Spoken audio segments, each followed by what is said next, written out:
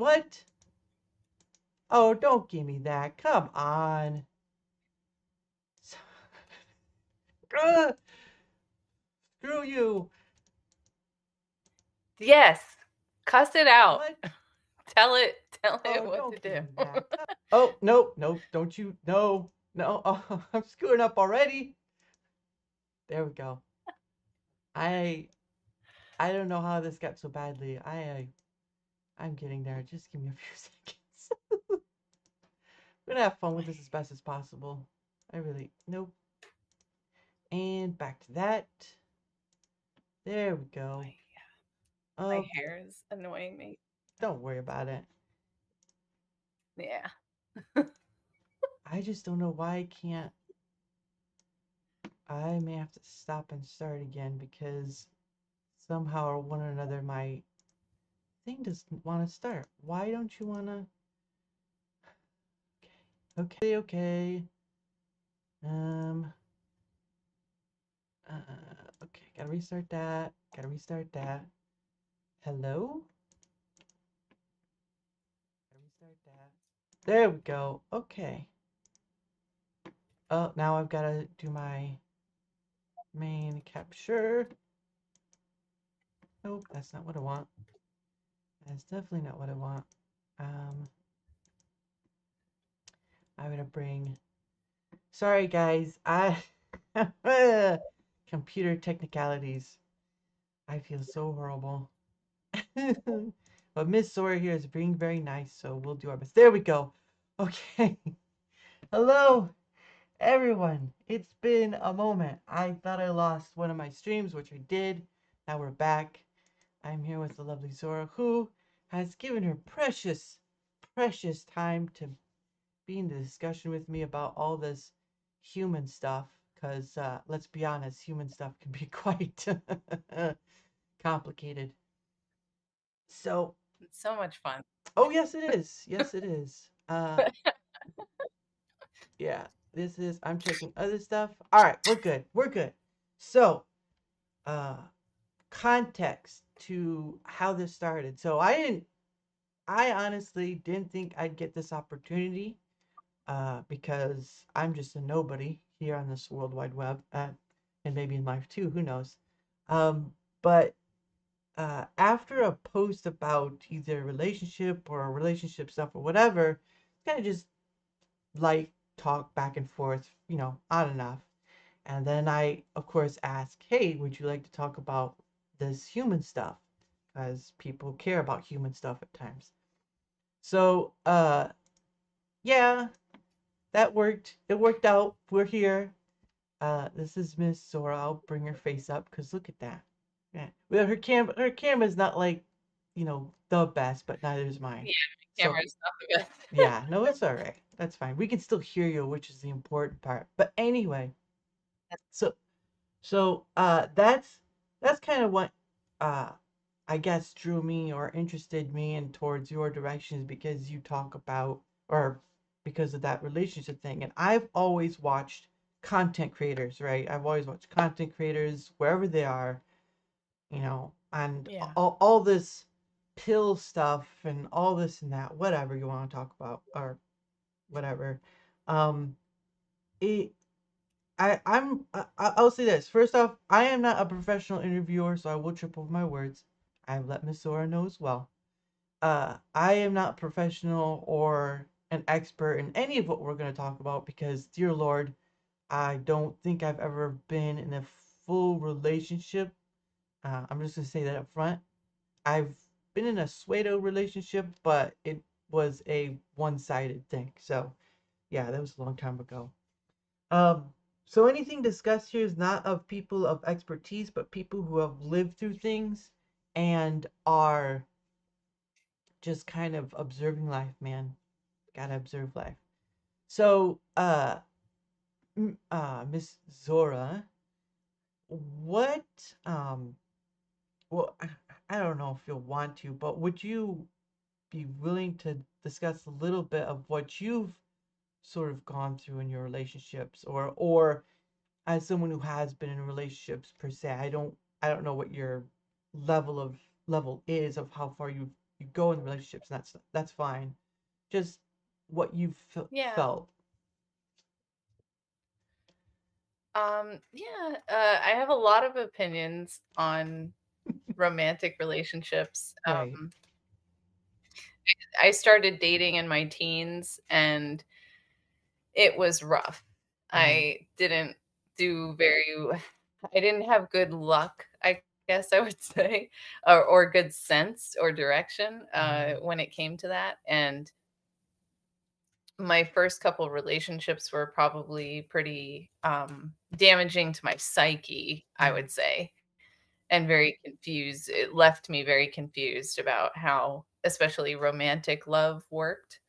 Um, so then in my early 20s, I don't know, I would take a break from dating. So I've had these several spurts throughout my life of like 2 years no talking to, like no romantic relationships, no talking to people, and then I would put myself out there again, and then, uh and I guess all that to the culmination of like my last relationship was about 5 years, and that was, I guess it's about 4 years ago almost. Oh. I'm pretty bad with time, so when I give you a timeline, it's pretty fuzzy, just so you know. Right. But, but I think about 4 years ago was when my last relationship ended, Mm-hmm. and, um, it was very complex because he moved in with me, Ooh. without saying much. Hmm. Like, we just sort of, like we just we had a few dates, things went well, Mm-hmm. we were excited about each other, and then we slept together. He stayed over at my house, and Right. then he just didn't leave.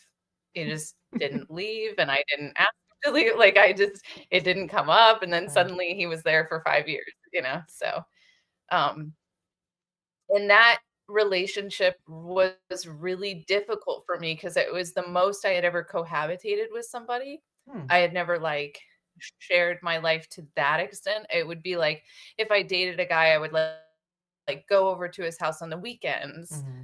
I would work and then go hang out with him on the weekends, and then this was like a living together situation, which was new for me, and I learned a lot about myself through that. Um, I loved taking care of him, and Mm-hmm. then his son moved in with us. His son was a teenager by that time, like 14, and moved in Wow. with us for a while, and that went back and forth because if he got upset with his dad, then he'd go back to his mom's house, then he would get in a, tiff with his mom, and then he'd come back to our house, and so that was a learning curve too. Mm-hmm. Um, Huge learning curve for me was, uh, I was only this guy's girlfriend, so I Right. couldn't even call myself I wasn't a stepmom, Mm-hmm. but it was that kind of role. And I remembered being a teenager and dealing with my mom's boyfriends, Mm-hmm. and I never gave her boyfriends a hard time. Like, I'm just an easygoing person Right. overall, so I pretty much try to find something to like about everybody, like, Right. most of the time, um but I could understand his feelings, his when his son moved in, I could understand his son's feelings, I Mm-hmm. thought pretty well. I could see when he was, like, feeling, uh, like he even said to me directly, he said, "I wish that my parents were still together." Right. And I said, "I totally understand that feeling. Mm-hmm. I completely understand. And that makes sense. And I don't blame you for feeling that. If they could work it out, it would probably be a good thing. Right. So I learned a lot about myself during that relationship. But one of the more darker aspects for me was that he wouldn't sleep with me, and it was, like, over 5 years. The first 3 months of the relationship, there was a decent amount of sex, but Mm-hmm. then it just dropped off, and Hmm. then it just got less and less, and it'd be like once every few months, maybe, Mm-hmm. and that is extremely not enough for me. Right. Oh, wow. That's, um it's so off of, like, my needs, and Mm-hmm. and I guess that was the relationship where I really learned, like, that I needed it way more than that. Right. I didn't really realize that prior to then. Mhm. Um, and he gave me such convoluted different reasons. I think ultimately he was living with me and he didn't want me to kick him out. I see. So I think he was prolonging the relationship, even though he didn't feel the way about me that you would want to feel about a romantic partner. He Right. liked me and loved me as a friend. He loved being around me. He Mhm. said, "This is the healthiest relationship I've ever been in," which it was. Right. He had had some really he had had some really terrible relationships to the extent that if you just had a relationship where a woman wasn't trying to beat you, Wow. like, then it was a healthy relationship, you know? But Jeez. I was but yeah, he had had, like, a very abusive relationship prior that involved, like, drug abuse and all this stuff. So, Mm-mm. um, I was compassionate towards that. Mhm. So and I'm never gonna force somebody to do anything, you know? That's not how, I'll tell someone how I feel Mhm. about what's going on, but I'm never gonna tell somebody, "You have to do this for Right. me," you know? Right. And it kind of feels like I shouldn't have to beg for, affection, so I Right. just that felt wrong to me too. Mhm. So, um, so now I feel like it's been years and I've gone through now a long phase of being single Mhm. and I'm really over that, but I've tried dating and Mhm. that's very confusing and upsetting. Yep. So I have no idea what to do at this point. Yeah. I think there are a lot of people who hold that same sentiment, especially with social media. And this is just me, and I only state this. For me, social media, while it being a great tool, has become an absolute downpour on that connection. Don't get me wrong. It's nice when I can connect to family from far away or friends from far away Yes. or be able to learn about something far away or this or that. But the issue of it is it's allowed the again, this is from my point of view, so I may not be right at all. For me, social media and again dating apps, because I think that's part of it too, they have allowed the amplification of, well, basically just say instant gratification, to be honest. It's Yes. it's I mean, don't get me wrong, even before there was uh social media or computers, whatever, it was still there, but you had to travel to get it. You had to pay to get it, Right. instant gratification, all that stuff. And Yeah. don't get me wrong, people were still horribly treated back then too. It was just not as pronounceable as it is now because of the thing we have in our hand that allows us to do it. Um, so Mhm. earlier I told you that, or I think it was either before we got on the camera or this, I had told you that I had been in a pseudo sort of relationship. And I'll explain it to you because, good Lord, it's been a long time. So I first started out with that sort of puppy love sort of thing, right? There was a girl, I liked her, I tried to get the attention, all that stuff. It wasn't you think in the kid mentality, right? Of just doing something nice and getting their attention. And I've sort of done that throughout people I wanted to go after, but it really didn't work because I'm not confident in that manner, or didn't I wasn't honest up front and just Mhm. saying, look, I like you. I try to do it sort of like the roundabout way, right, where you give something or whatever.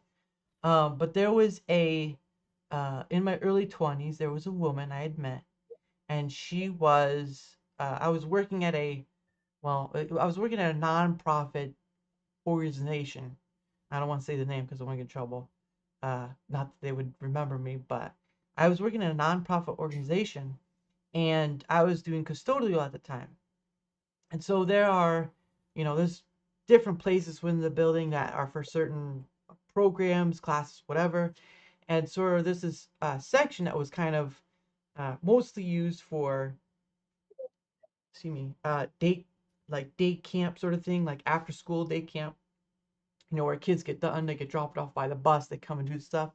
But after a certain period of time, they're no longer there because they've gone home and stuff. So she was there, and I didn't know she was going to college at the time, but she was. And I sort of assumed like, what are you doing back here? You're not supposed to be back here. But then she was like, I got permission. And she sort of came off like this. I mean, I could have appeared as someone who was kind of like mean or something, but she came off a bit meanish, not very mean, but just like this sense of aggressiveness or whatever. Um, and so over time, it kind of, meeting them, they came to the place I was working at, the nonprofit organization, and it just started a back and forth thing, and I didn't get really involved until I got to her house, or invited to her house, sorry. And it was basically just getting to know somebody, right? She was into music. Uh, she was very artistic in her sense, and she cut hair for part of her work. She also did I don't know, it was a not bartending, but she was a waitress for a bar. And so over a period of time, it just kind of got to know each other and all this stuff. And it was real deep at first. But the caveat is that she had two little girls. And over time, I learned that they were two little girls of two different fathers. So again, Okay. I was in my early 20s, so I probably should have taken that as a sign that maybe things weren't going to work out in the end. But I was in a state of mind like, I have that thing too of where I am not, at least over time, I don't see myself as someone who's aggressive on that nature. I see more of like what you said. You just like I'm more like the intimacy factor, because you don't it a relationship is not always about the physical aspect in the sexual nature, but it is a nice aspect to Right. have when you sort of are in that component with the other person, right? Because sometimes Yes. yeah, Yeah. because sometimes there are things that are said and unsaid, right? Like there's was it like the 50% of human communication is non-verbal, so like hugs, Right. kisses, Yeah. all this stuff. And it's not always sexual either. It's very just there's a intimacy level, and then there's a friendly level. It's very it can be very difficult for someone who doesn't understand the social cues of life. Anyway, so Yes. yeah, so that was fine. I got along with them. They were okay. There were times where she had me. I think there was at least one or two times she had me look out for them, just because of certain things that happened. I don't remember. But there were times I'd go visit her at her work, and just kind of. So I kind of felt like the puppy dog to the person in essence, which doesn't sound good when I say it, but that's what it feels like looking back. Now it Okay. Yeah, sorry. It's kind of confusing to say that. It's because I would go visit her at her work, and I would just kind of sit and wait for her sometimes to get done. But other times I would leave before she would, because it was too late at night. We'd go like late, late in the night, like 3, 4 in the morning, whatever the bar was open to. Oh wow. Um, but the relationship, it went to a degree of, let's say, heavy petting, but it never went beyond that point. I think there were certain Okay. things, yeah, I think there were certain things that maybe she was feared of or whatever. But of course, later on, she had gone with on other guys, and they had gone beyond that point. So I guess either it was a special case or it was just dumb. So I don't know. Um, but after that point, I was involved with people, uh, uh, you know, different women I had known throughout my life, whether from a long time ago or whatever, and they were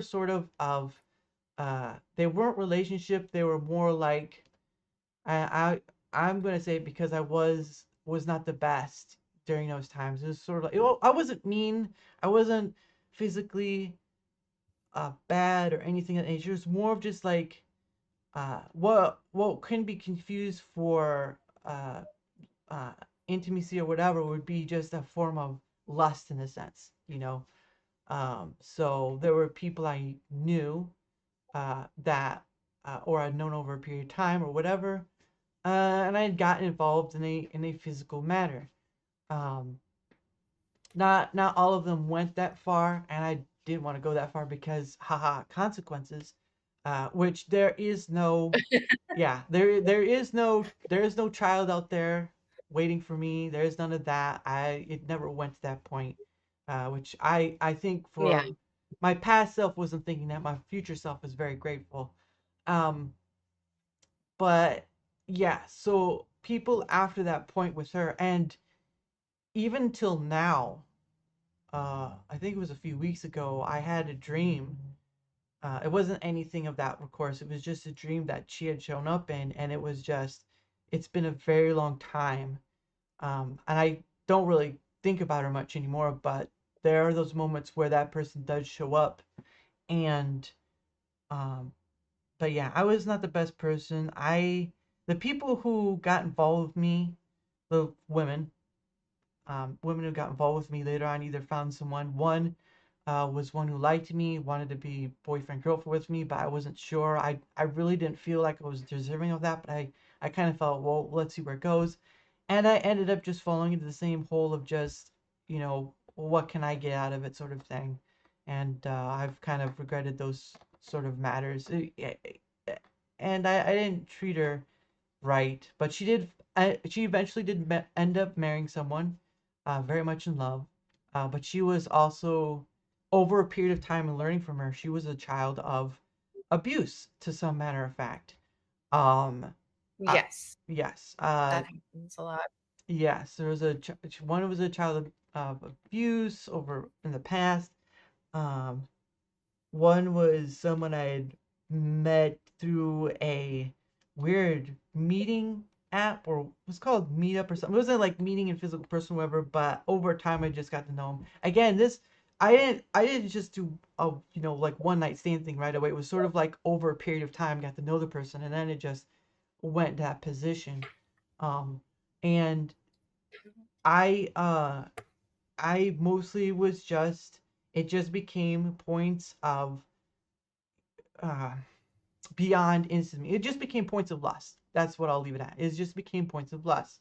And after the last person, which was probably 4 or 5 years ago, I well, no, I'm sorry.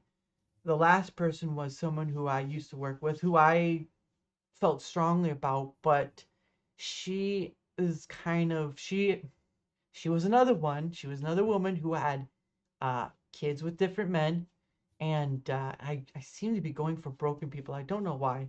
Um, so uh, that was, I think, either end of last year or early of this year. And it really wasn't a relationship. It was just more of like points of lust.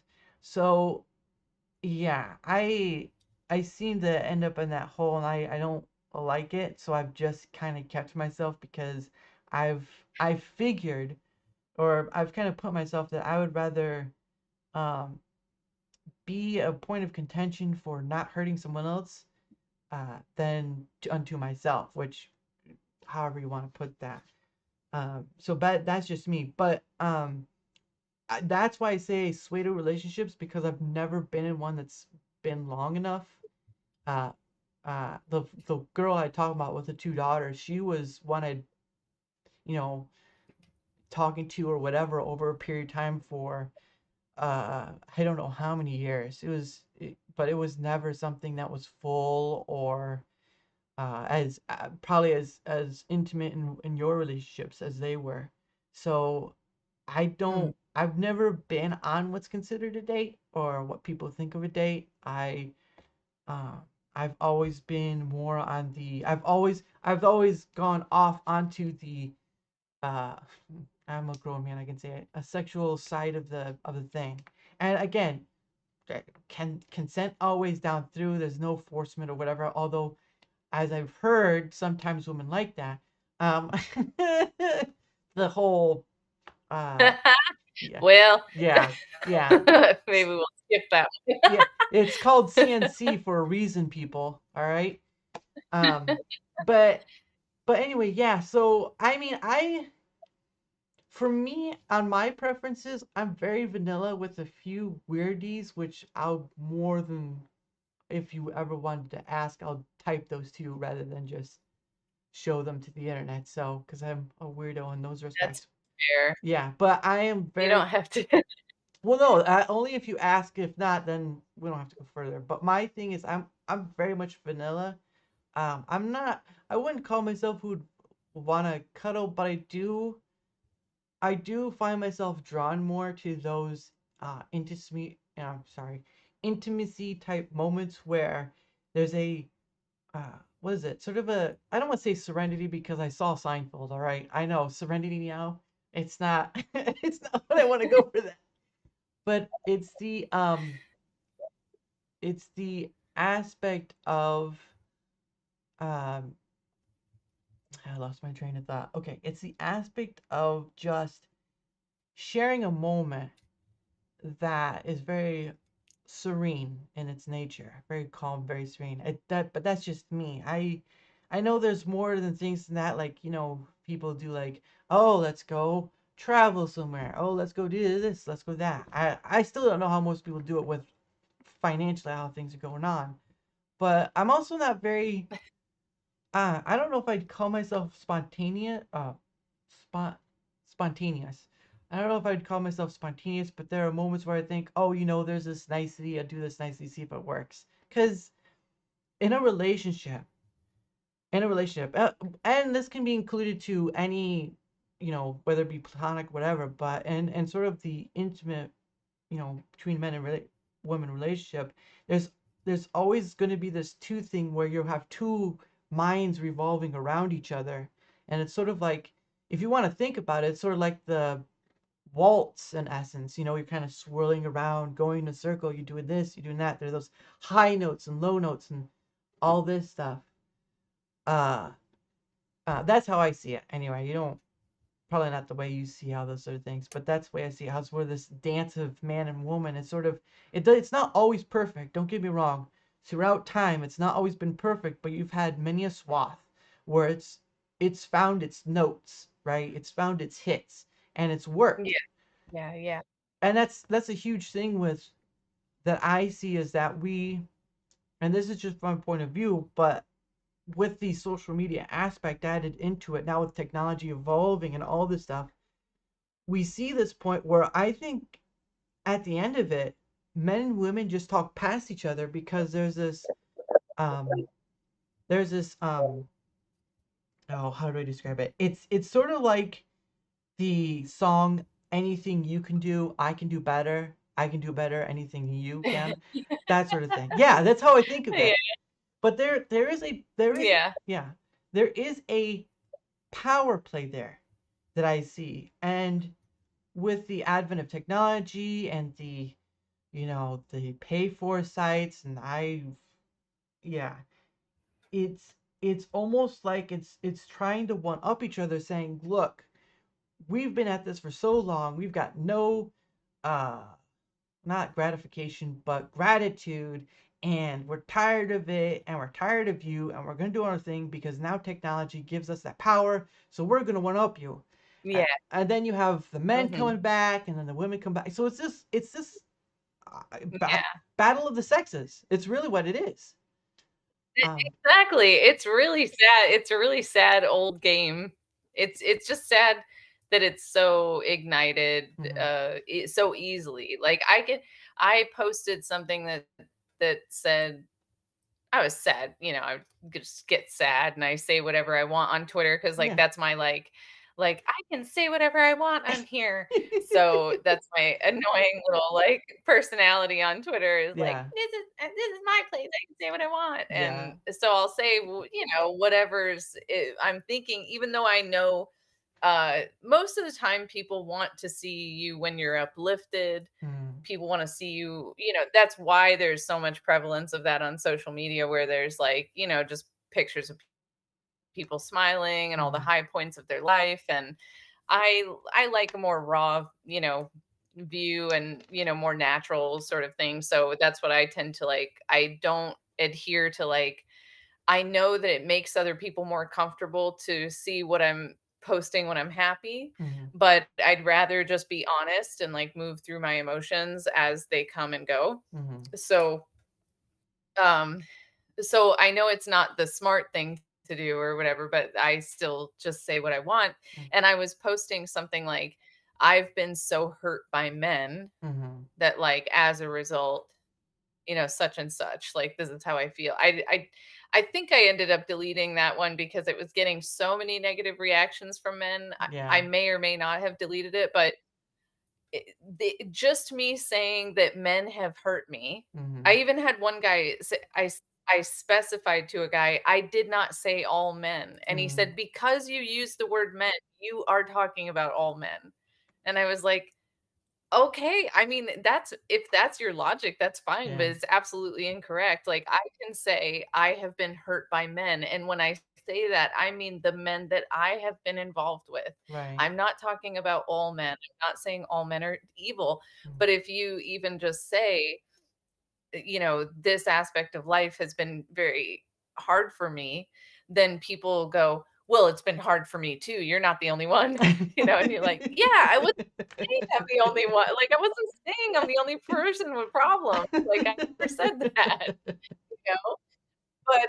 But that's just how it is. You're evoking other people's emotions. So they see that and they go, "Well, I've had a hard time too." And then they want to express that. And you Yeah. go, "Yeah, okay, that's valid. I hear Yeah. you. You've also had a hard time. I believe you." You know. Um but cuz I've met demon women, like, don't get me wrong, like, I don't think I think people are individuals, and regardless of gender, there's some people that behave really badly. Mm-hmm. And that's just it. That's all it is. And it's I think what it is for me is, like, when I say something to a man, like, if I get involved with a man and Mm-hmm. I say, I feel this way about you, so much so, like, I love you, and because I love you, I'll do anything to be with you. Oof. And then when they're like, "Oh, well, I love you too, but I'm not gonna do anything to be with you." Jeez. I then think your fault. Like, I then think that they are being false. I'm like, your feelings, if you felt the way I felt, Mm-hmm. you'd be doing everything to Mm-hmm. be with me. So what you're saying to me, and what I think I've realized recently is it's not so much that that person's lying. Mm-hmm. I perceive it as lying Mm-hmm. because to me, love is a thing you would, you know, uh, transcend barriers Mm-hmm. for, whereas love to someone else can be you make me feel things Mm-hmm. like, so it doesn't mean the same thing to everyone. Right. And so I realize, okay, I have to realize that possibly this person isn't malicious. Mm-hmm. uh Possibly this person isn't trying to hurt me, they're not intentionally lying to me, Mm-hmm. they just define things so differently than I do, and it's my fault that I didn't verify, that we were in a more cohesive understanding Mm-hmm. before I invested my emotion and my time in this person. I should Right. have tried to figure out how do they look at love, what are they looking for Mm-hmm. out of life. It's kind of trying to figure out if you're compatible Right. is, a responsibility we all have, Yep. I guess, Yeah. in relationships, is trying to verify that before you invest yourself so much that you're hurting extremely badly at the end of it. Right. No, that's how I felt with her. I was over many a time. There'd be times. There was one point of contention where we had gone on a trip to the Science and Industrial Museum, which is in Chicago, and me, her, Mhm. and her girls. And it was sort of a fun thing. There was no getting anything out. It was just sort of a fun trip to do something nice. And if I were to put a number, I probably did spend money on her just helping out in certain things. Like I bought mouse traps one time or whatever, but I never counted it against her because I wanted to help her. There were times where she had stuff that was behind the scenes where she couldn't, she is a single mom. She is dealing with two girls that she did in consequence have with two different guys, and she is dealing with being a single mom. So she had family who would help and all this stuff, but there were moments where her inner pain and sadness would come out, and I would feel that. And there's a point where you have to step back and save yourself, because you can't fall in the same pit they are. It's just, you can't do that. No matter who they are, especially with family members, you can't, and I'm not saying you shouldn't, sometimes like a death in the family, that's one thing, or a friend or whatever. But there are points of contention where you can't fall into the same pit they are, because you are an individual. You are not, as a person you are trying to empathize or relate to, but you are a person of your own will, in essence, to be Yes. somebody. And but she, in the end, she pushed me out. There was one time, I will admit, that I tried to act like a parent. I didn't do anything physical or anything. I just raised my voice a little to the girls, and that was that point. So I did try to act like a parent, which was my fault. But at the end of it, she pushed me out. There was another guy that kind of hooked up with her, in essence. So she wouldn't go that far with me, but for everyone else after, she did. So I don't know if I was a special case. Okay. I don't know if she uh, felt something different about me. There was a point of contention where we shared a moment, tears. She was probably the only other person I've ever cried in front of. Well, that wasn't a funeral. Um, so there was that moment, but it ended up not working, getting pushed out and all that stuff. So sharing sharing a vulnerability can leave you, and with our thing as they are, technology wise, it is almost, in essence, kind of dangerous to share yourself with someone, because when you allow this, whether you what vulnerability you believe you're showing or whatever, when you allow someone to see that chink in the armor, there is that moment where you can almost feel like an invisible pair of hands grasp you around the neck but never squeeze, because it's like you've now given someone the clasp, right? It's not full, it's Yeah. not hard, it's just there because it's like that trap waiting to get you.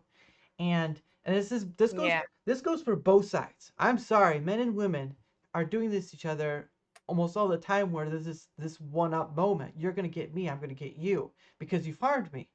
And Right.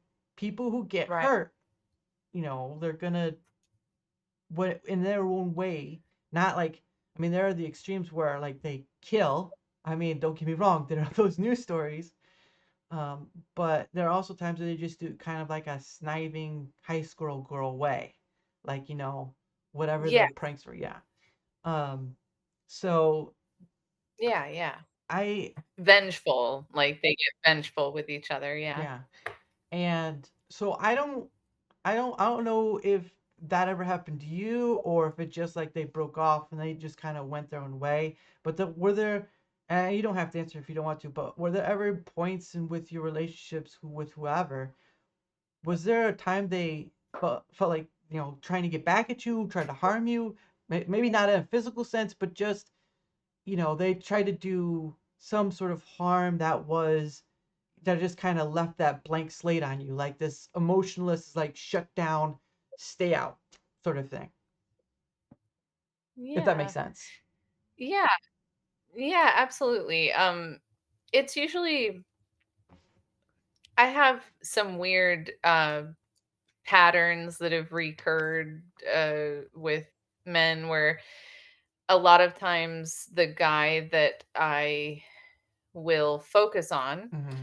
and I'll want a relationship with this person, they're usually already involved Mm-hmm. or still in love with another woman. Wow. And so I've very rarely gotten to be the focus in the relationship I'm in. It's usually like he's still thinking about this other person. Mm-hmm. He's wishing he was with this other person, or he's still thinking about an ex, Mm-hmm. and I am being silently compared to another woman constantly, which is very upsetting to me because like I've worked hard on building relationships with women Mm-hmm. because it's a difficult thing. I think most women will tell you that they've struggled with this Mm-hmm. socially, is like how to get along with other women and how to build a bond with other women. I realized at some point, like, first of all, like building any connection is just like don't force it. Right. So I if I don't feel an immediate like cohesive sort of thing going on, I just leave it alone. Right. I may even avoid a connection if I don't feel like that it gels properly or that it's going to be a healthy connection. Like I worry if I'm getting involved with a woman who in a social aspect has something to gain against me or to get over on me or something, like I'm very careful because that strategically, like I've seen women like strategically try to get in my space so that they can make me uncomfortable. And so I'm selective, Mhm. but it's very upsetting the whole like competing with other women thing in a relationship because I don't want to do that. Mhm. I'd much rather just be like, let that woman like I can see other women's beauty. I don't have to be more beautiful than another woman. Like to me, uh she can be beautiful and I can be beautiful in different ways. Right. And that's completely fine with me. Um, but when I'm romantically involved with a guy, I'm not going to stand next to another woman and ask him to choose me, you know? Right. I think it's there's something very humiliating about that Yep. to begin with. Like that Mhm. you would even consider being with another woman instead of me is insulting to me. So Sheesh. it's not the type of lover, like it's not the type of relationship that I ever want to be in again. Right. And unfortunately, that'll happen without you knowing it. Like you'll get involved with a guy and then find out that they're hung up on someone else. Or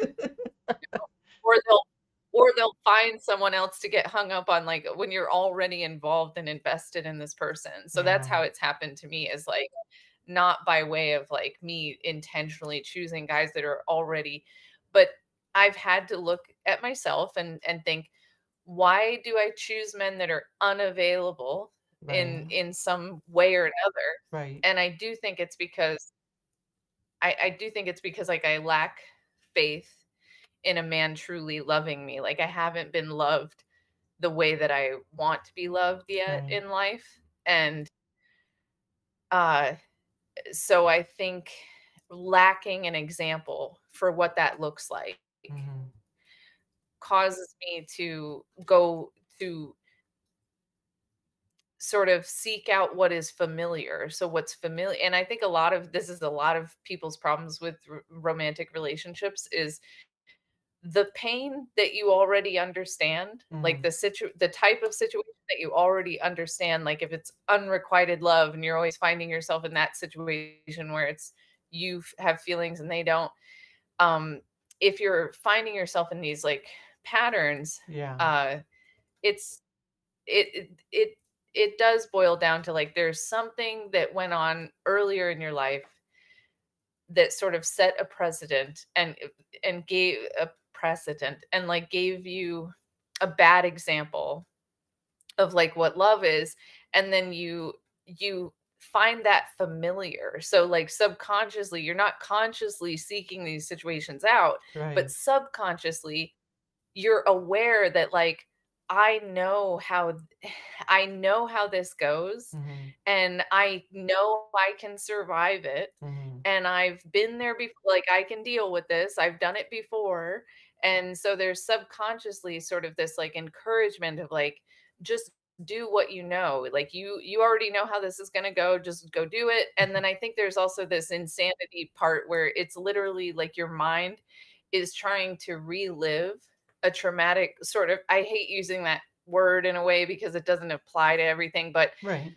but it's sort of like in some way you were traumatized in this negative experience previously. Yeah. And I think what your mind is actually trying to do when it subconsciously is attracting you to the same thing is I think it's almost it's trying to change the past. Right. It's like you're going into a situation going, I'm gonna do it. I'm gonna do the same thing, but this time I'll win. Or like this or or this time I'll be the one in power and Right. they'll be the like they'll feel what I felt or whatever. And I've seen that happen where you see somebody go through a traumatic relationship and then they kind of switch roles and they do that to someone else, Wow. which is bizarre. I don't know if you've noticed that, but um I don't know what the original topic was, but yeah, No, I you're fine. um the repeating patterns thing and has definitely happened with me. And I think it does just require like looking deeply into yourself and figuring out like what do I think a healthy relationship consists of, Mm, and like actively seeking that out, and like trying to override like if you notice you come across a woman that's very familiar to you, like mm, other women you've dated, you mm. might want to like proactively avoid that woman, Right. No, it's no, and that's which I is difficult. yeah. No, and I gotta say that was a pair for me that was a very powerful observation because you do have a mark where someone is as you said, traumatized, or they've been in a spot where it hits it's a pain point. It's a pain point in the mind, and most as human beings we try to avoid pain, mostly just like if anything hurts, like going to a new job, trying to get a better deal on things, or relationship wise, we try to avoid that pain, because the funniest thing about human beings is we try to avoid the pain, and we take the path of least resistance.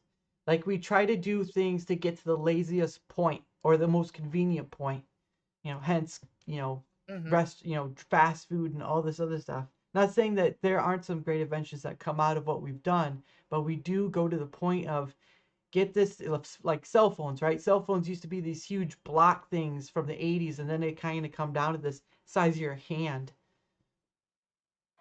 And Yeah. yeah, and so you have this, that's how far we've come. But when we and you see this too, right, with discussions where with that sort of traumatic effect or that pain factor, we we see that it's almost like this whole group of people who keep making this pain stuff, who keep following this certain pattern. They're the huge collection of this type of group, so that means I'm gonna stay away from it altogether because three or four are gonna prove the same amount for everyone, and la da da da da. And I don't get me wrong, I get the pain there, but you comparing a group of people to the rest of the sideline, whether it be men or women, you've now just subjugated everyone to the thought that I've seen enough people do this thing that falls in this category, so that means everyone is like it. Men or women, everyone Yes. is like this. Yeah, yeah.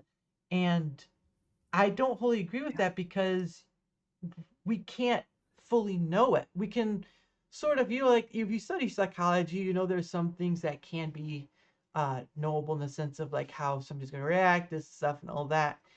But not everybody is going to be on the same page of like, oh, so this small group of women who treat people like this, oh, that means every woman's like that, so just stay away from it altogether. The small group of men who act like this, whatever, they act like this, so that means all men act like this, and just stay away from that altogether. And you keep seeing this Yeah. divide. I'm calling it, it's a self-fulfilling prophecy divide, right? You know how they tell you, like, if you do this thing, this stuff. Yes. So in essence, men and women are creating this self-fulfilling prophecy of where one day they'll just split across, and they'll just stick with technology, because that's what's coming. Is the technology is growing faster than we can make laws on it. It's growing so fast Yeah. that will diverge, and we'll just go off to those pinpoints, and that'll be that. You want to talk about Yeah. lonely? Yeah, I mean, you want to talk about loneliness, man. It's gonna get a whole lot lonelier when the few group of people who actually want to connect on the human level, they're going to Yeah. be the unicorns. They will be the unicorns. People talk about the unicorns, so fine, but so we we in essence will create the unicorns, which we keep talking about as if they're now. But Mhm.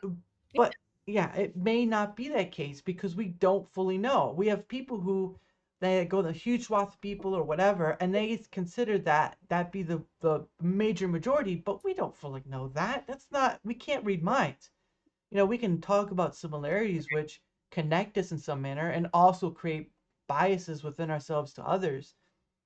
But it's those connections we kind of need, because I'm going to tell you right now, when if we do get to the point where, what is it, not The Walking Dead, but like The Road or The Postman with Kevin Costner, where all that stuff happens, where we are back to these Stone Age communities.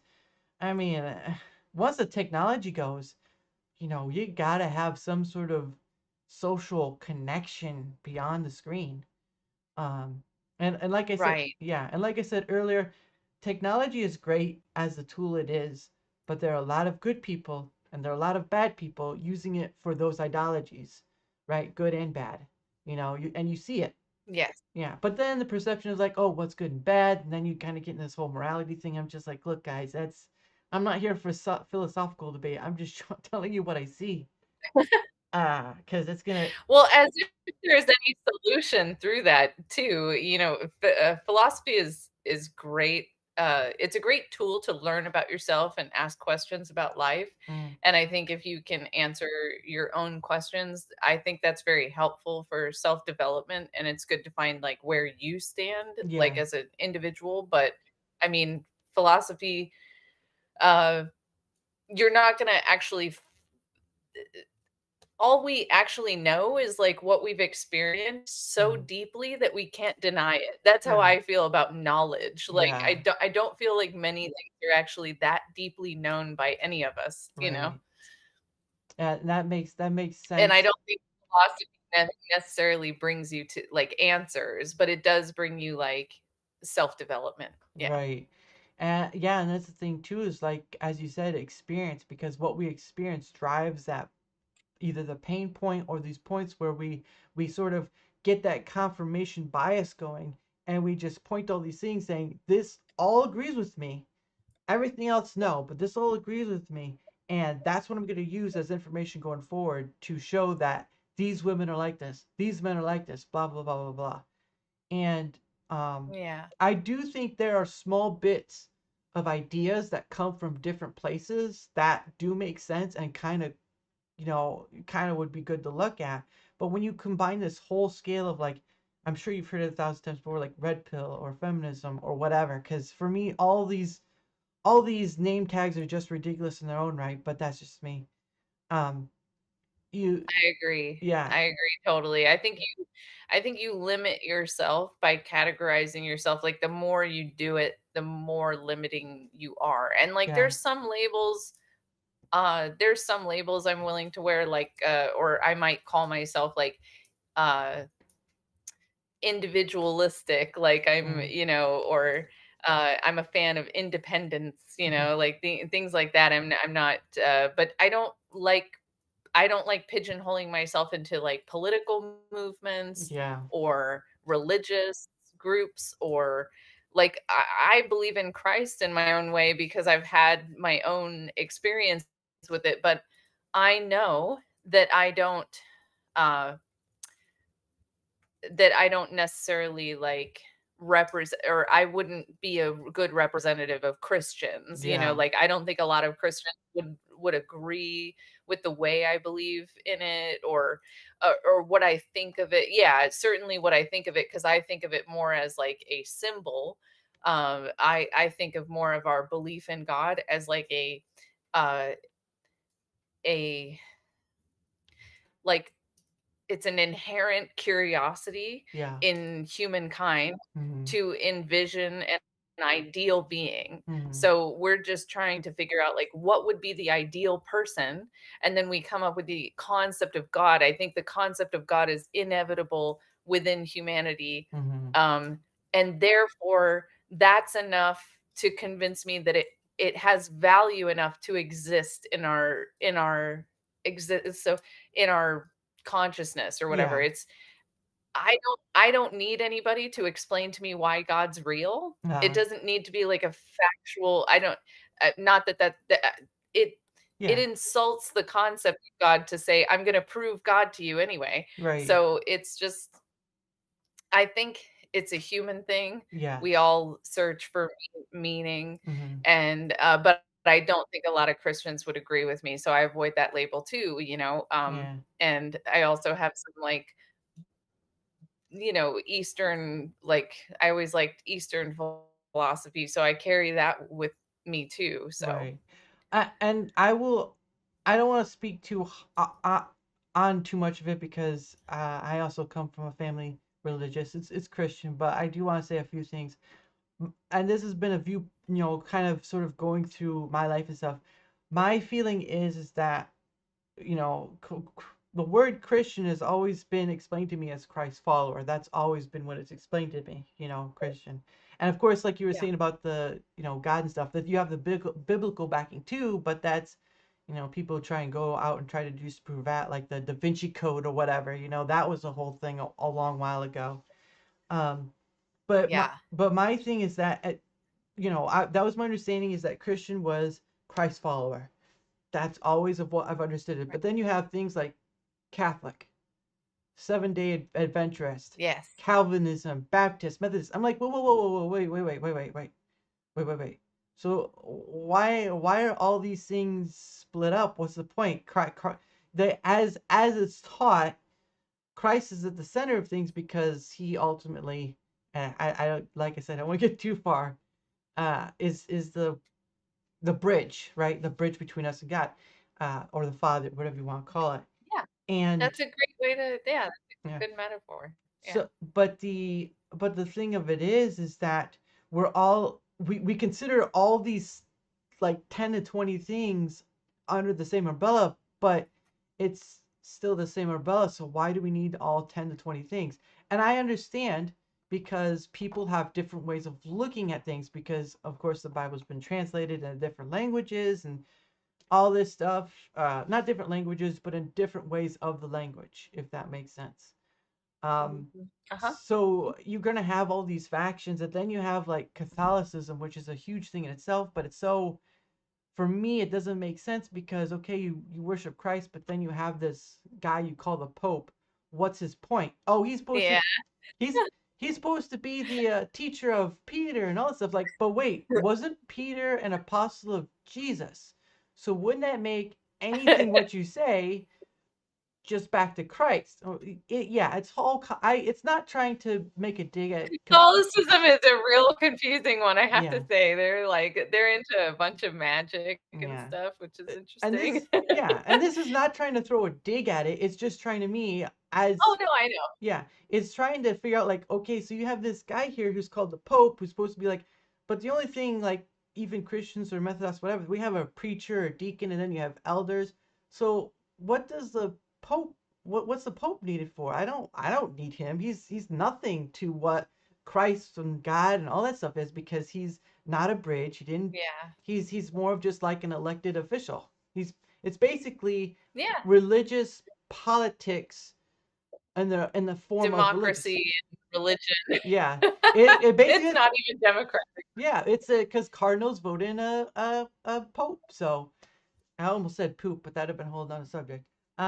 But that's I don't want to. That's again, I don't want to go too far because I know it's a highly sourced subject. But no, I'm not trying to take a dig at anyone. I'm just trying to point out what my view is. And of course, then if you try to put the religious aspect on the whole of the whole world, then it gets more convoluted and more whatever. So at a certain point, you just kind of have to like, I don't know what's going to happen when the lights go out and I'm called off the stage. But I will know this is that at least I wasn't wandering around always in the dark, even if I didn't know what the dark was. And that's a tough thing to take because you never know.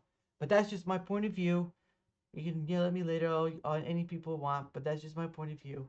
And I'm not. And on the political aspect, I'm not political in any sense either. I don't care because it doesn't really solve anything. But it's been going on forever because that's human beings, right? They've always needed a leader, king, queen, shaman person, or whatever. There's always this person who they center around. Now, someone could say, "Well, that's wasn't that what Christ is and all this stuff?" And like, go, well, yeah, he is the center, but he's kind of the son of the creator. So there's a little more importance beyond a king. I mean, he's technically a king, but beyond the human king of what we know. But for me, political political matters, I don't really care. I don't. That's like you said earlier about tags, right? About putting this or that or whatever. I see that in a similar fashion too, where I don't care. All political identities are BS anyway. That's all they are. All political doesn't matter what you call yourself, libertarian. They're all political identities are BS because they're just tags for someone to grasp onto in order to have a team to go to. And when people call themselves politically homeless, I'm like, well, you're probably just gonna call yourself libertarian or whatever later on because you want all this stuff. I'm like, it's all BS, man. Just get over it. So, but that's just me. Yeah, yeah, I it's kinda like sports, It is. politics, the more like you when you take yeah, when you take a step back, you go, it's rah rah this team or that, but and but ultimately you see that there's this overarching like when you really try to follow it to its logical conclusion, you go, okay, if this party that I've chosen, if it were to win, Mm-hmm. what would happen? And then you realize that controlling people is just very tempting, Mm-hmm. and it evokes corruption, like it, Yeah. it evokes evil, Mm-hmm. power, like just telling somebody, there's a position for you and you can control all these people. You're Right. not going to attract the best people typically. Mm-hmm. Now I think it is different on a community level. So like when you think of like the um patriarch of a family, like a good father who supports his family and Mm-hmm. he protects his family and he watches out people in around this guy Mm-hmm. may ask him for advice. They may uh surround him in holidays and celebrate him or something. Like this could be a man that like uh Well respected. attracts yeah, is well respected to Yeah. the point where he has power, Mm-hmm. but that would be like your reluctant leader, sort of like that would be like the ideal Right.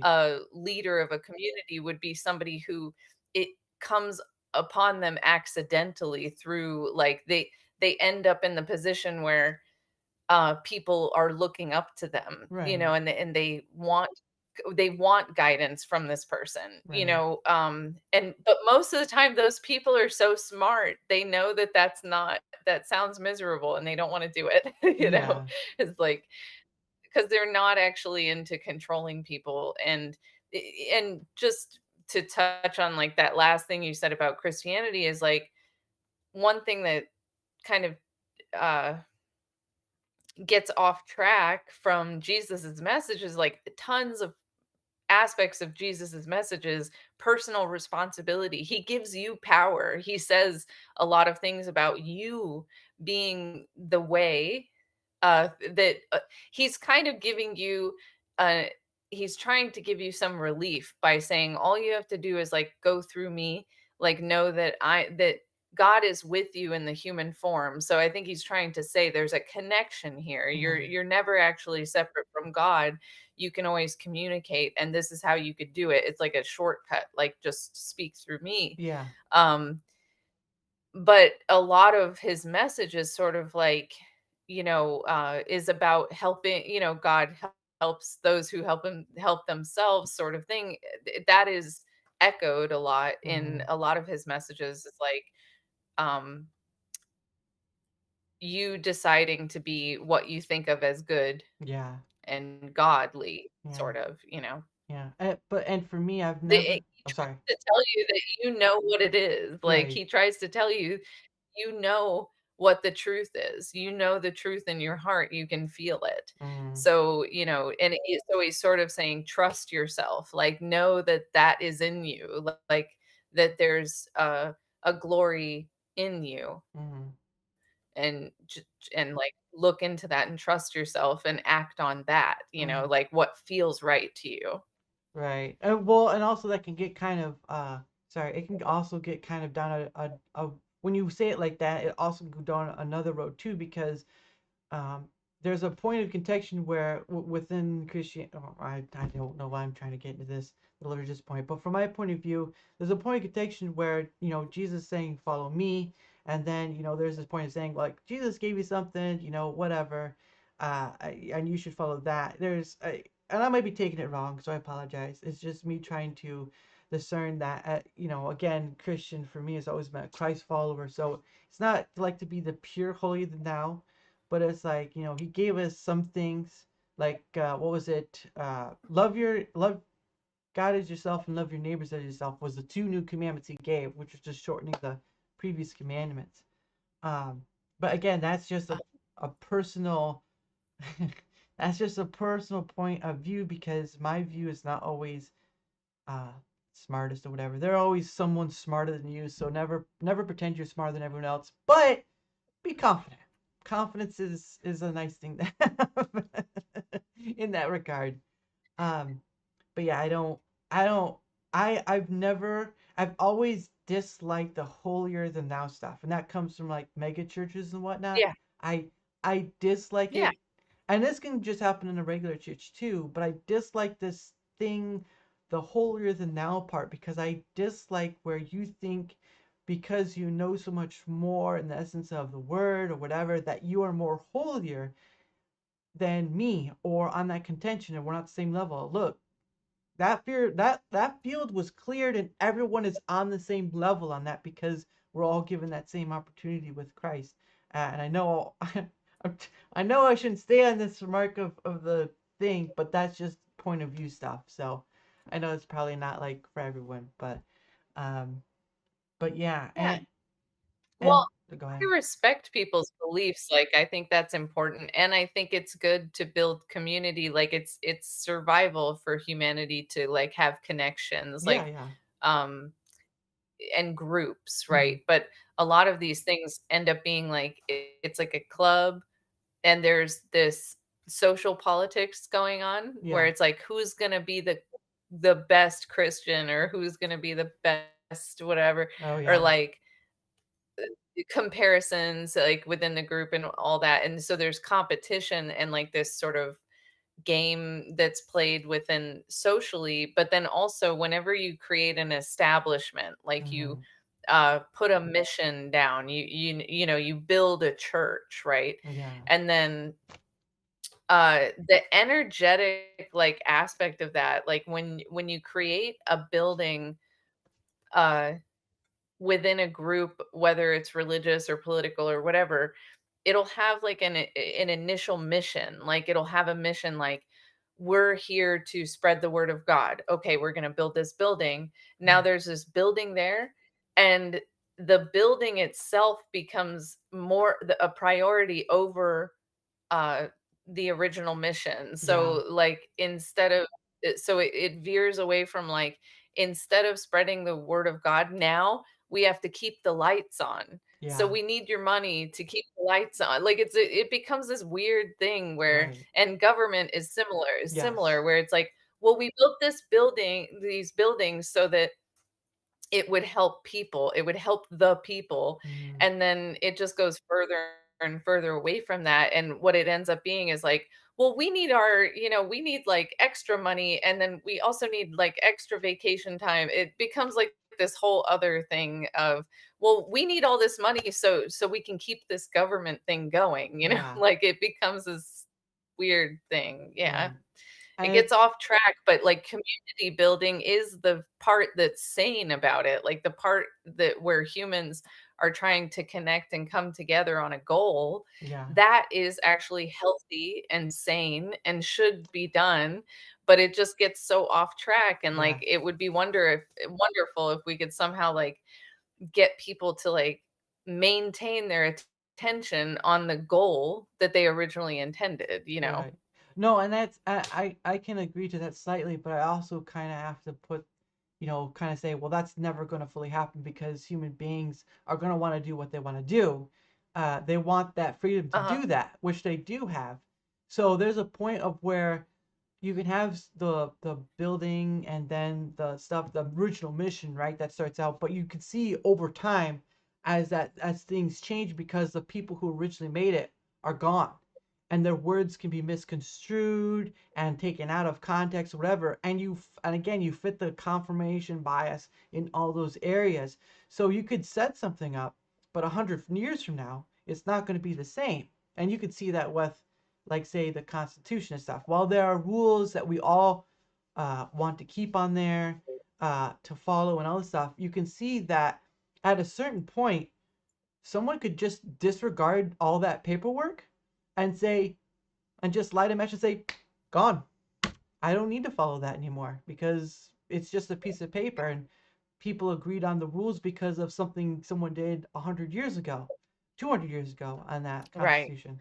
And that's just a personal, again, it's just a personal review because I've come across sort of like you can have all the rules and laws written down from ages ago. And the same thing with the Ten Commandments, or whatever. But people are still going to do the thing they do because they're somewhat free in doing it, whether they agree on how much of that is or not. Um, and that's so far off the relationship talk, but we'll get back to that. We're gonna get. So I want to get on the social. Still human stuff. Yeah, yeah, Yeah. human stuff. So that's what he did say. It did say let's talk about human stuff, and I was right for the contentment. So I'm doing great so far. Yeah. But Yeah, let's. you're doing great. It's Oh, fine. That's all thank, I thank, meant. thank you, thank you. So that's, but that's what I want to get to is the social media impact on relationships. And I'm not an expert, and Oh, obviously, yeah. How'd you could you tell it was my face or whatever? Um, so, but there's all. I don't think you're an expert either. I could tell by that eye twitch you were giving me. No, just joking. Uh, yeah, exactly. Like, and it's a mess. don't I have no idea. don't talk about it. But Uh, but yeah, but I just want to get your opinion on, because you do kind of use social media. How how have you a lot, seen? yeah. Yeah, well, a little, a lot. It just depends. But how have you seen for yourself? That's it. I'm done. No. Uh, how have you seen for yourself on the social media aspect and the effect it has on just having um, the relationship standard between people? Not, I'm not talking about friendship. We'll stick with the intimacy romance factor, uh, because that seems, you got to stick with something. And I'll give you a quick blip on my end. It's funny to me. Sometimes social media gets used to as a get back tool for people who are in a relationship, or people who want to know that they're in a relationship. Like Facebook years ago would have like that, if you did a certain tag or whatever, it'd say like in a relationship with so and so. But the question is, why did people need to know that? Or like, why did everyone needed to know that? Because it was sort of a status thing. And now that same thing here too.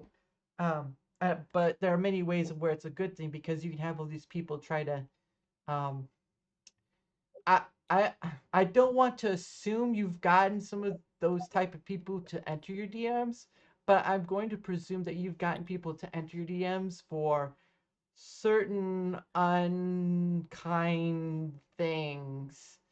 I don't want to say the two words that are kind of obvious, but have you, in essence, on your use of social media, have you gotten those kind of people who enter your DMs to uh more on the sexual factor of just like,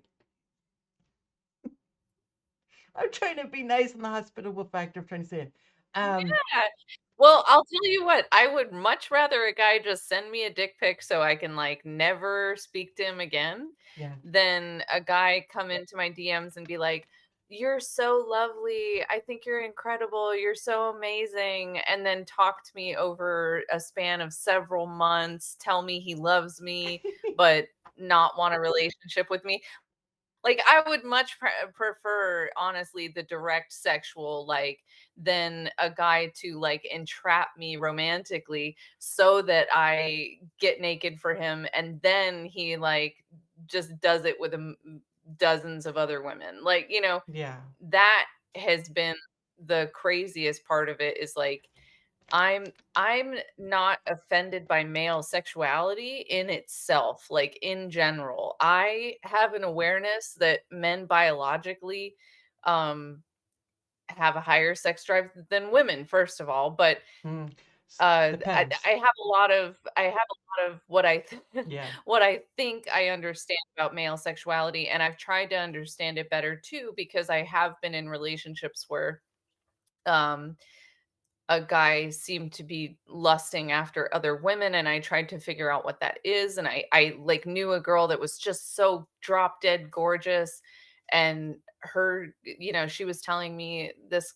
He late at night I like wake up and he's on his laptop, he's looking at porn, and she Uh, felt that was cheating. Like, mm, so there's all these like different points of view about that stuff. mm, And what I've one thing that I've become certain of is men, uh, biologically, I'm not saying men can override their biology. So like if they have a very strong personality, very strong sense of character, very strong set of values, mm, they will behave, according to those values.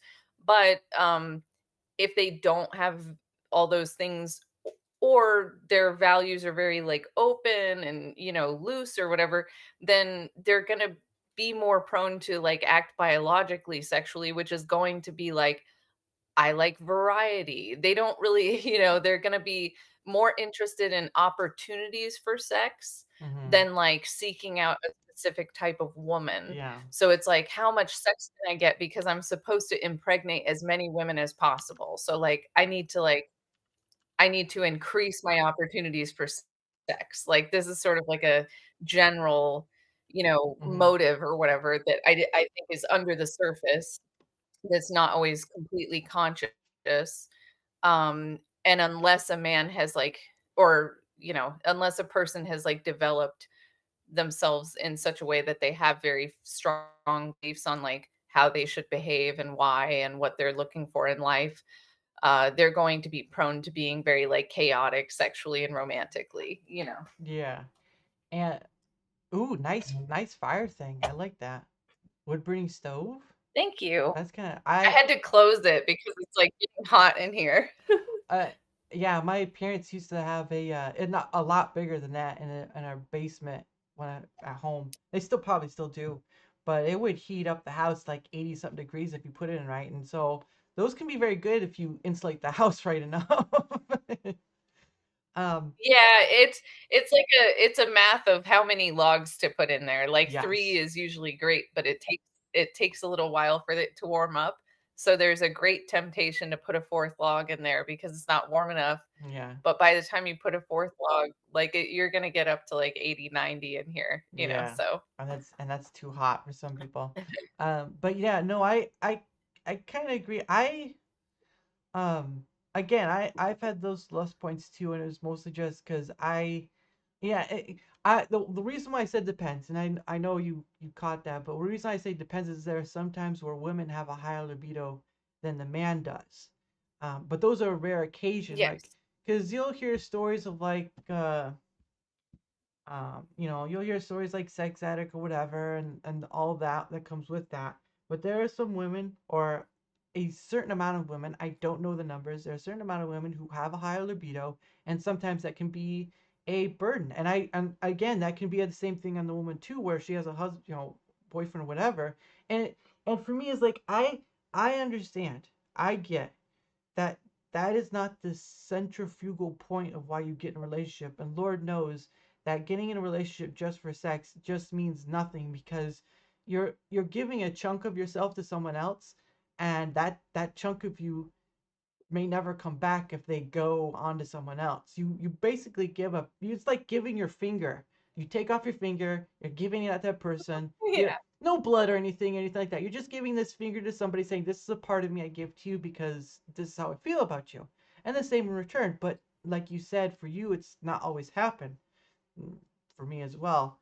Um, but there are some times where you give that piece away and it's never gonna come back.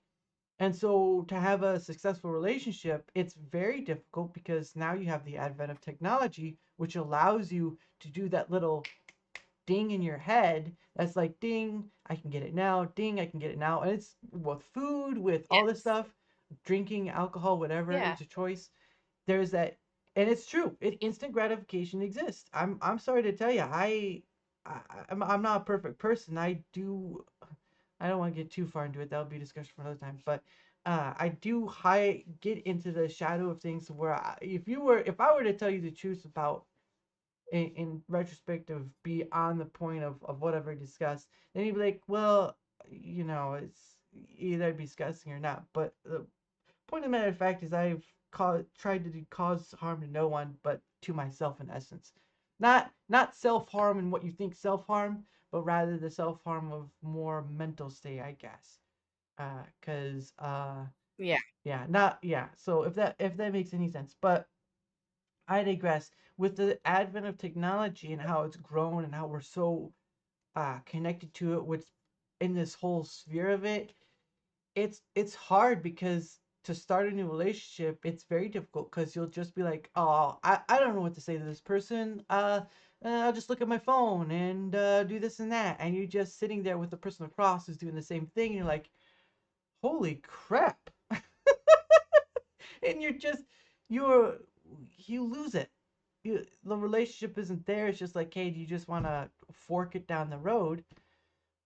Which I get why people do one night stands, but for me, I can't. I I I've I I, can't. I've I've done it in a sense because I've not been a perfect person, and again, these were with people I knew I over. have to. Yeah, exactly. I've done it, and that's how I know I don't like it. Mm. And there are a lot of people who can't because I don't know why. I don't know their life story. I don't know why they can't do it. There are a lot of people who call themselves swingers, this and that, and all this stuff. I'm just like, I so much just want to be able to my biggest things are trust and loyalty because that's for everyone, right? Everyone wants to be able to have someone they can trust on, and someone who would just be like, and I'm not talking loyalty like 100% down the line, everything I say is 100% truth, whatever. It's more of like, look, you're a shite person, I'm a shite person, so don't worry about the not perfect stuff, but let's talk about Yeah, it. And yeah, you know I I so I in all honesty, if I'm really being honest, I long for that more intimacy level because there's a point where you can be playful with it, right? Like you could be playful in a relationship with someone. If it's, in a marriage too, don't get me wrong, the point of getting and dating in a relationship is to go further down that line, which is further commitment, right? Because dating is sort of like the cherry picking in a pool of no, a pool of an ocean, really.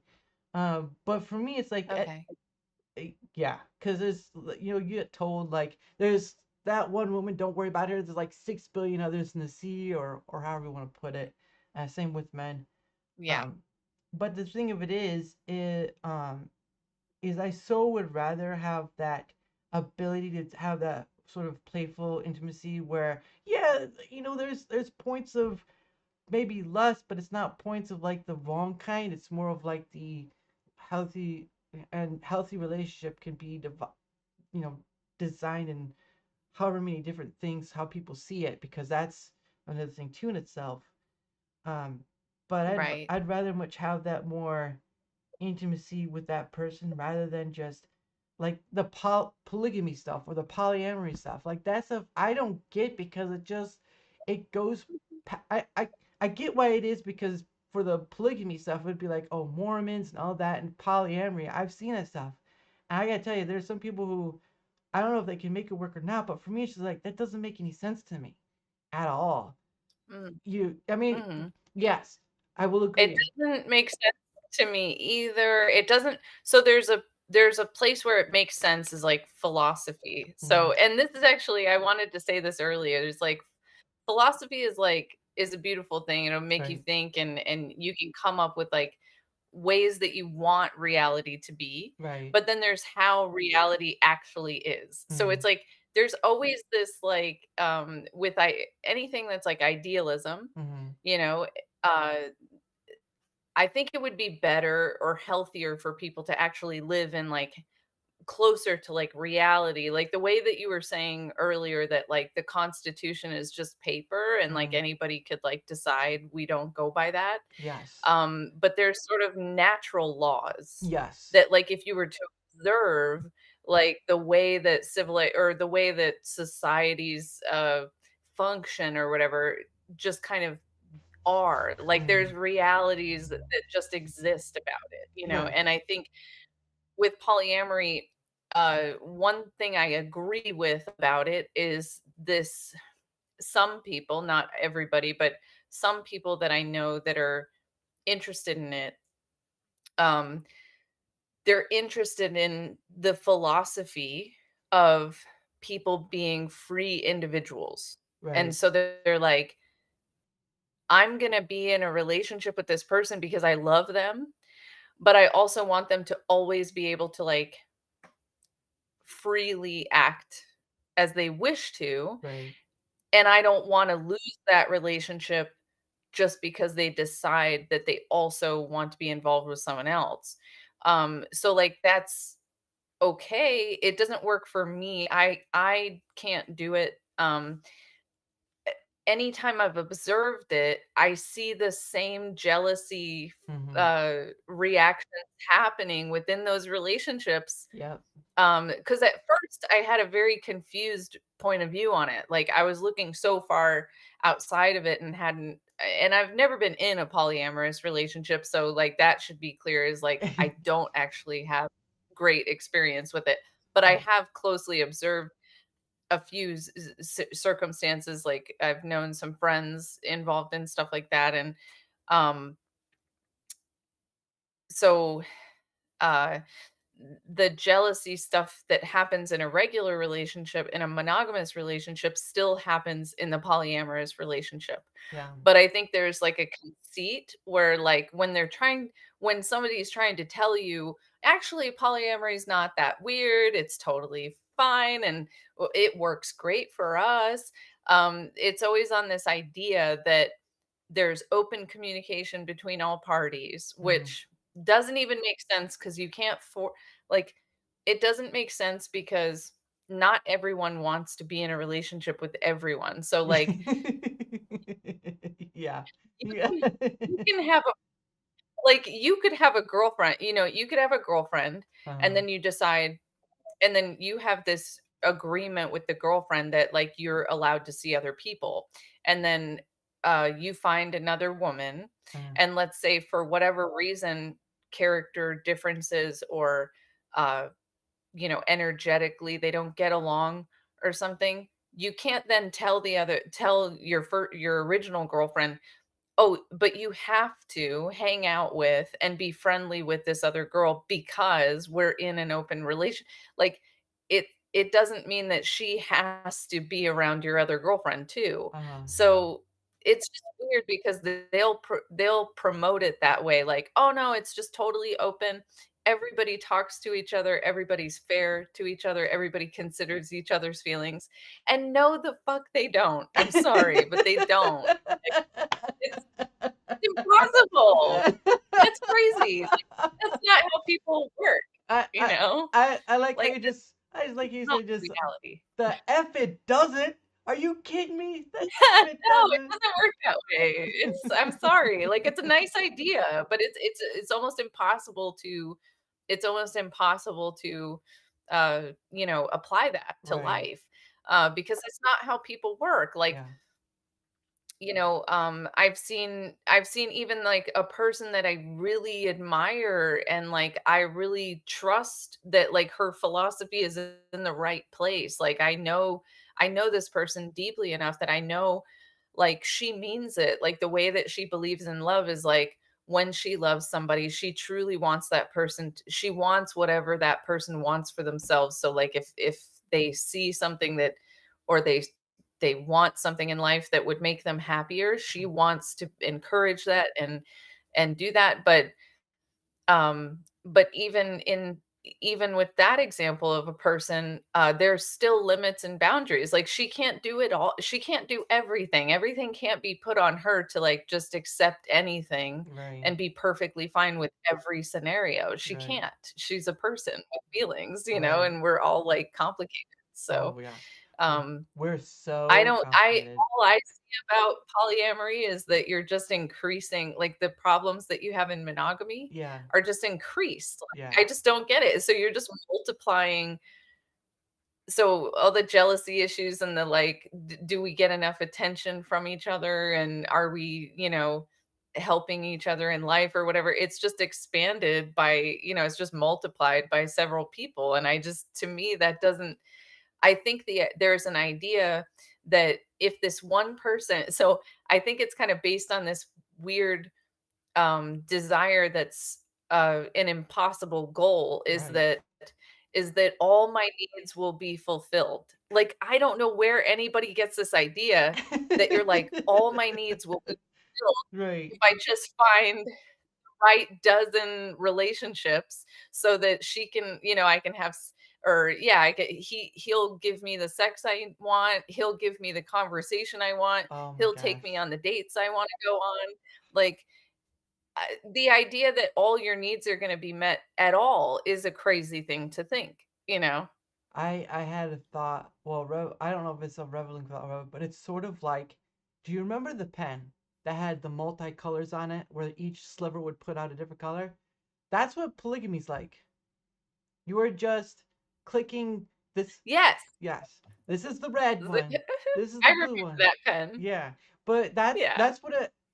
Just from the discussion and looking at it from a outsider view, that's what it looks like, because you, as you said, you're interchanged from the person like, this is the guy who likes the sports that I like. I'm gonna go with him, and then you change that out like this guy for the sex stuff, and this guy for the intimacy romance stuff, and then so you keep changing now, and again, no one's going to resolve everything for you, and that's including with monogamy in its own right. But the point of the matter is that at least you have someone where you can communicate that and say, because I know some of what you described was like the open relationship, open marriage ordeal, where it's just like, we have this open relationship, and I go do this thing over here, but we still come back together. We still come back. I mean, just look at the Will Smith and Jada thing. I know that's not really the best Ugh, example, no. but She that's was so mean to him. How does she love him and, like, humiliate him like that? It's so that's insane. yeah. Like, how could that be love? I can't I don't understand But that. that's an example of what is considered an open relationship, right? Or open marriage, because they were Yes. sort of married or whatever. But the thing of it is that Yeah. there's this line, there's this invisible line everyone has, right? That you don't know is there. It's like that invisible fence for dogs. Dogs don't know the invisible fence is there because they didn't set it up, their owners did. But once it's crossed, they feel the Yeah. shock. Same way with us as human Right. beings. When there's a line with sort of the environment we've grown up with, the teachings of our parents, whatever. When it's crossed, it sort of hits that nerve in the brain where it's like, uh, and and for me, I get there are people, because sometimes people will use the "it takes a village to raise a child" sort of scenario. They'll say, "Oh well, Mm. everyone has to come to that." Well, yeah, that's true. You have families, right? You have your families from one side and the Yeah. other side, so that could kind of be considered a village, but that's a family. Polygamy is not always about family. It's about getting the color click from the certain person and then changing it out for the next person. At least from my point of view, I may be wrong, but you know what? We're not perfect. Um, but we've Well, gone. it makes sense in the war it makes sense in a tribal war setting Yeah, where you literally don't have enough men for the, ratio like, the ratio of women to men is, like, so far off yeah, that one guy actually decides, "I'm gonna protect and love 6 women because they have no one else." Like, otherwise, there's no one, like, hunting for them and, like, protecting them, mm, and the women want the connection. There's a scarcity of connection there, yeah, so, like, that actually makes sense. There's, like, a practical application to polygamy Mm, that I think just gets like extrapolated like into an egotistical thing. Like it gets like used in this like, well, that's the right way to do it. yeah. No, I think it's the right way to do it in a tribal war setting, like post-war setting, you Right. know? No, that makes sense. But also think of it in reverse, like many men for one woman, right? So how can you? For me, that's like how can you have a? I mean, you have a relationship, but it's very one-sided because there's one woman that all the men around her. Let's say there's 10 guys. There's like 10 guys that want this one woman, and all the you don't get really much of a relationship. Same with the men. It's like back in the day of concubines. I get for like high kings and stuff, but even for me, it's like I wouldn't want uh and even with just a singular king and queen, there were still issues with that as well. We're human, we're not perfect, and we do kind of backstab each other to some degree. So um yeah, I don't know. It almost after a certain point, we as human beings, we only have so much mental bandwidth and so much time that Thank you. we That's kind of what it is for yeah, me. we kind of convolute our points in life, and then it just becomes more energy spent on not unnecessary things, right? Of course, Yeah. I'd like to call bills unnecessary, but my taxman says I can't do that, so no Yeah, way. But I know. yeah, Yeah, that's a bummer. That yeah. But no, I went off course for the social media, but that's okay. The discussions are open because we're talking about human things, but it's more about the relationship factor. Um, but yeah, I what so I don't know.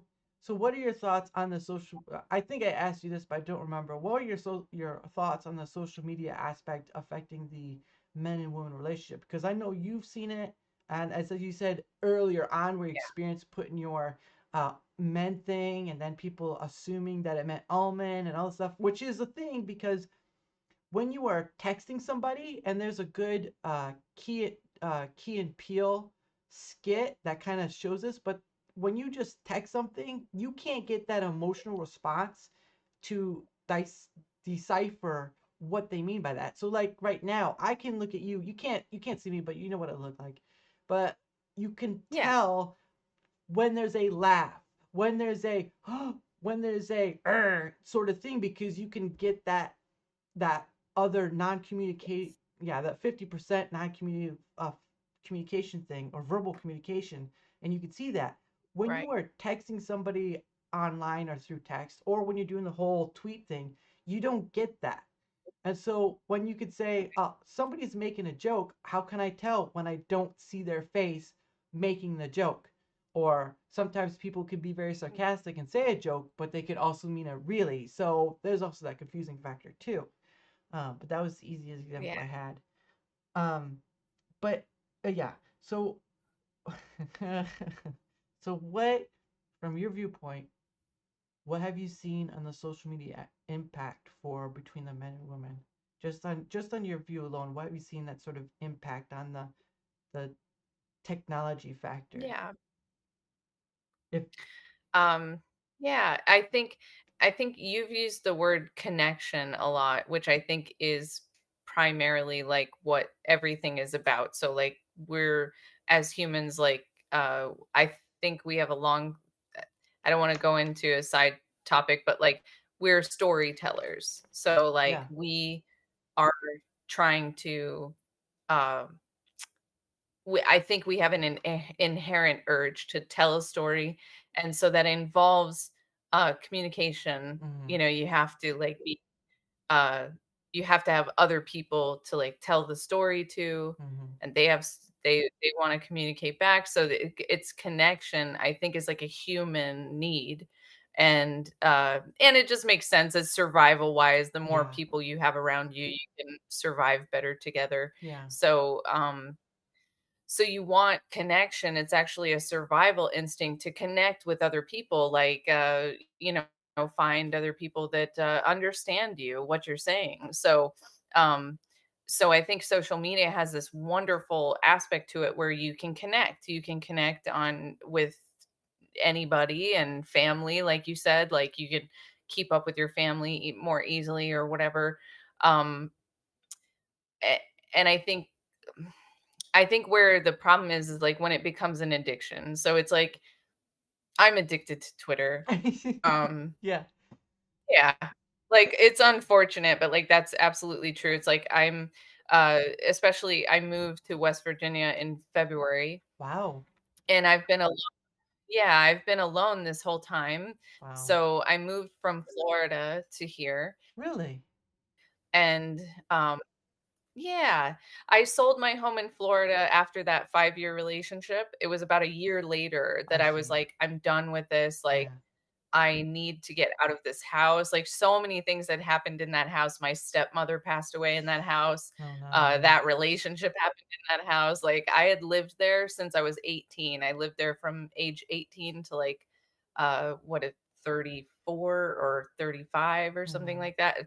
No, 30, I don't know. I'm bad with time, but a few years ago, um, that relationship ended, and then it was last year that I sold my home and I stayed with a friend for 8 months or so in Florida trying to find my new home. Then I found this and I bought it. So I've been alone here. I was living with my dad in that house in Florida. So he convinced me to buy it when I was 18. Mm. So I never it was this weird thing where I owned the home, but Mhm. I lived with my parent Yes. still. So I had this weird dichotomy of like I'm actually I was both, you know, living at home with my parent and a homeowner, and Yeah. it was very confusing as to like where I'm at in life. Like how Mhm. do I gauge that? Like is it good or bad? And it didn't feel good. Mhm. Most of the time, like once a year or so, I would go to my dad and say like I need to get out of this situation. It's killing me. Like I Mhm. feel like I can't do anything with my life. I can't expand. I can't like I'm tied to this house and he would just say, "I'm sorry, there's nothing I can do." And you know, the market crashed, that's not my fault. And I'm like, Mhm. "Yeah, I know it's not your fault, but like, you know, he was correct. He couldn't really help me with it, but it really was a situation where like at the end of it where I sold my home, you know, I had to confront the idea that I'm taking away my dad's ability to live somewhere for $300 a month. You Yeah. know, like cuz I only that's how much I charged him Yeah. for rent or whatever. And so you know, I in a way I felt so obligated to like I knew that was like that made his life nice and easy and like I was paying more monthly on the bills, but like I liked being able to help my family in that way. Like I've always Mhm. been that type of person. I wished I could do that, but it was really overwhelming. So anyway, I eventually sold the home in Florida and then I moved here to West Virginia and I thought, well, I'm going to live, you know, everything's going to cuz my dad, even though I owned the house, my dad is a very dominant personality. So Yeah. the house was more his than mine. It was like Right. he took up more space. You know, he did what he wanted with with the yard and it was not how I wanted things and he Yeah. wouldn't fix things that I really needed fixed. So this whole like thing of moving in here Yeah. um gave me a lot of independence. It's like I really need to like do things the way I want to do them and have my Mhm. own space and not have somebody else's like karma sort of like, you know, hanging over me and controlling my experience in life. Right. So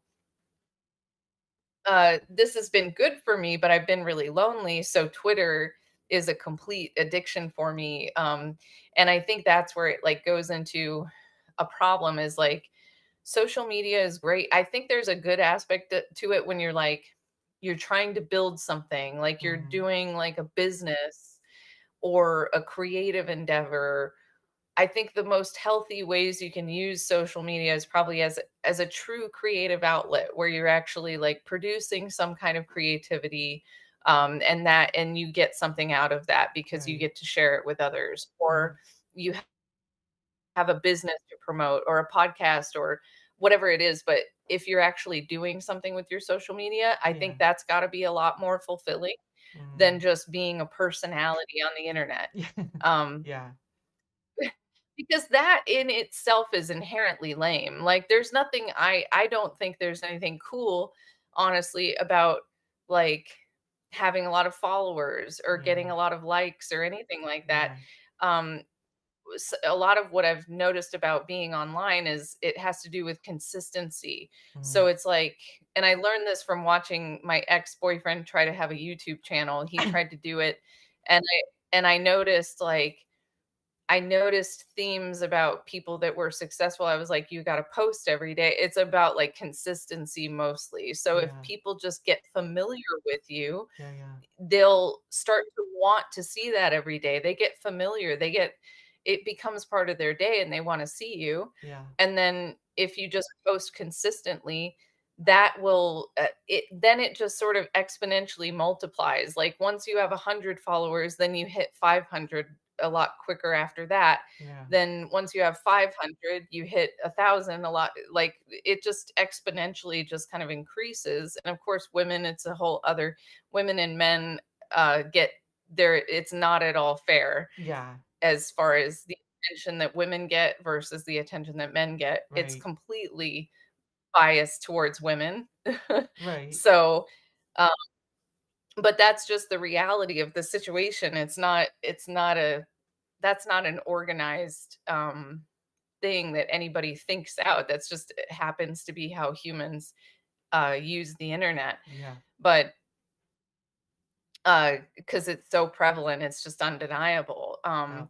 But it's like, because I've had guys get mad at me before, like, you don't even post, you post stupid stuff and you get more followers or you get more attention than people who are actually trying. And then I say to the guy, like, yeah, but why aren't you promoting that guy? So whoever it is that you think needs attention that's not getting attention, why aren't you saying to me or some other, whoever you think is a popular person or something, or whoever you think has influence, why aren't you going to that person and say, "Hey, look at my friend and what they're doing. They're trying so hard," instead Right. of going to a girl's post and being like, "What you post sucks and you shouldn't get attention." It's like if you actually care about that, like if that's actually a cause in your Yeah. mind, there's something actually proactive you could do about that that would Yeah. make a difference. But instead you're just like, mad at how the world works or Yeah. whatever. Um but with men and women online, I think it's a tragedy that uh once it becomes an addiction, a social media thing, um the priority of getting that attention that you become so familiar with. Like, I mean, there's people I genuinely like. I enjoy interacting with many people on Twitter every like as much as I see them. Like, I wish they were real friends in my life. Like, I wish Right. we could hang out and, Right. you know um spend real time together. Mm. uh but like it's already hard when you're an adult. You're trying to survive, so you Yep. have some kind of financial burden. Yep.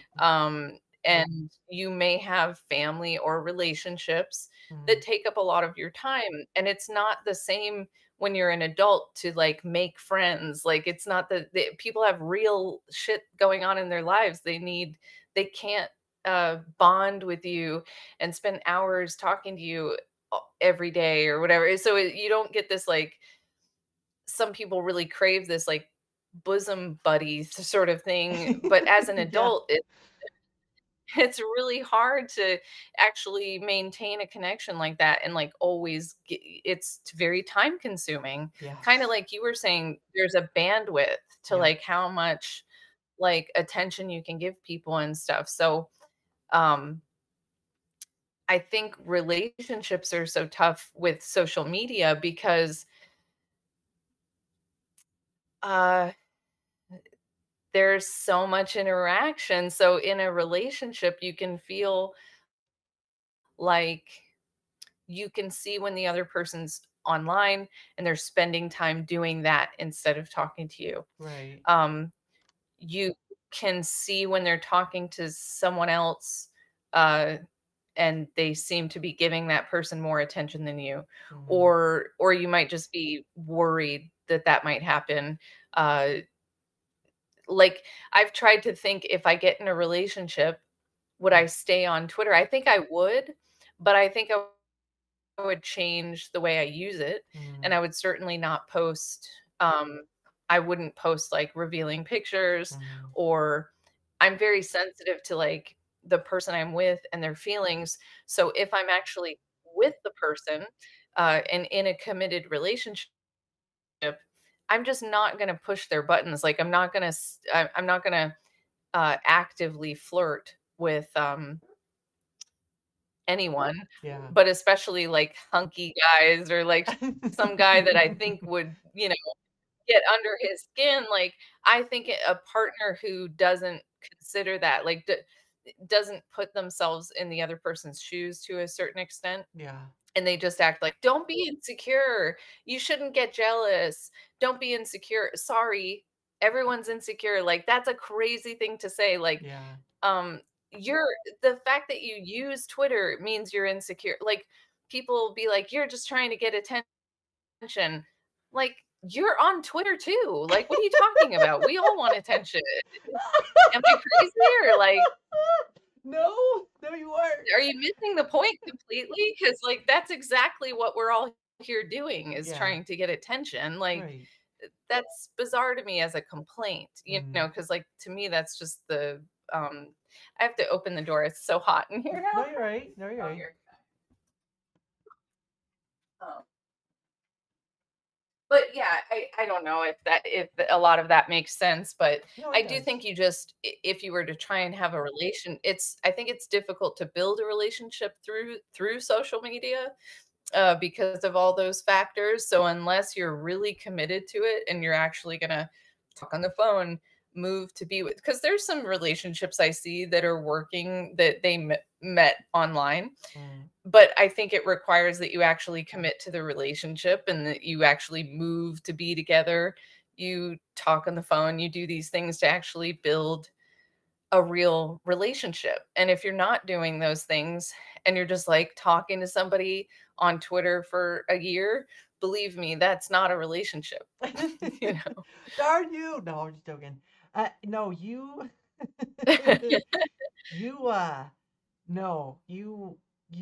I'm not gonna say you're absolutely right because that would be ridiculous. But you're right on the money in the perspective of a perspective, because we treat.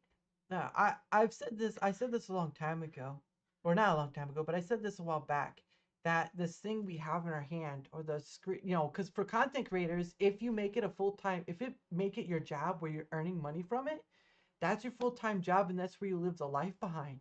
And some people, they end up not liking that or whatever. But we've created technologies that have made convenience in our lives and better for better or worse.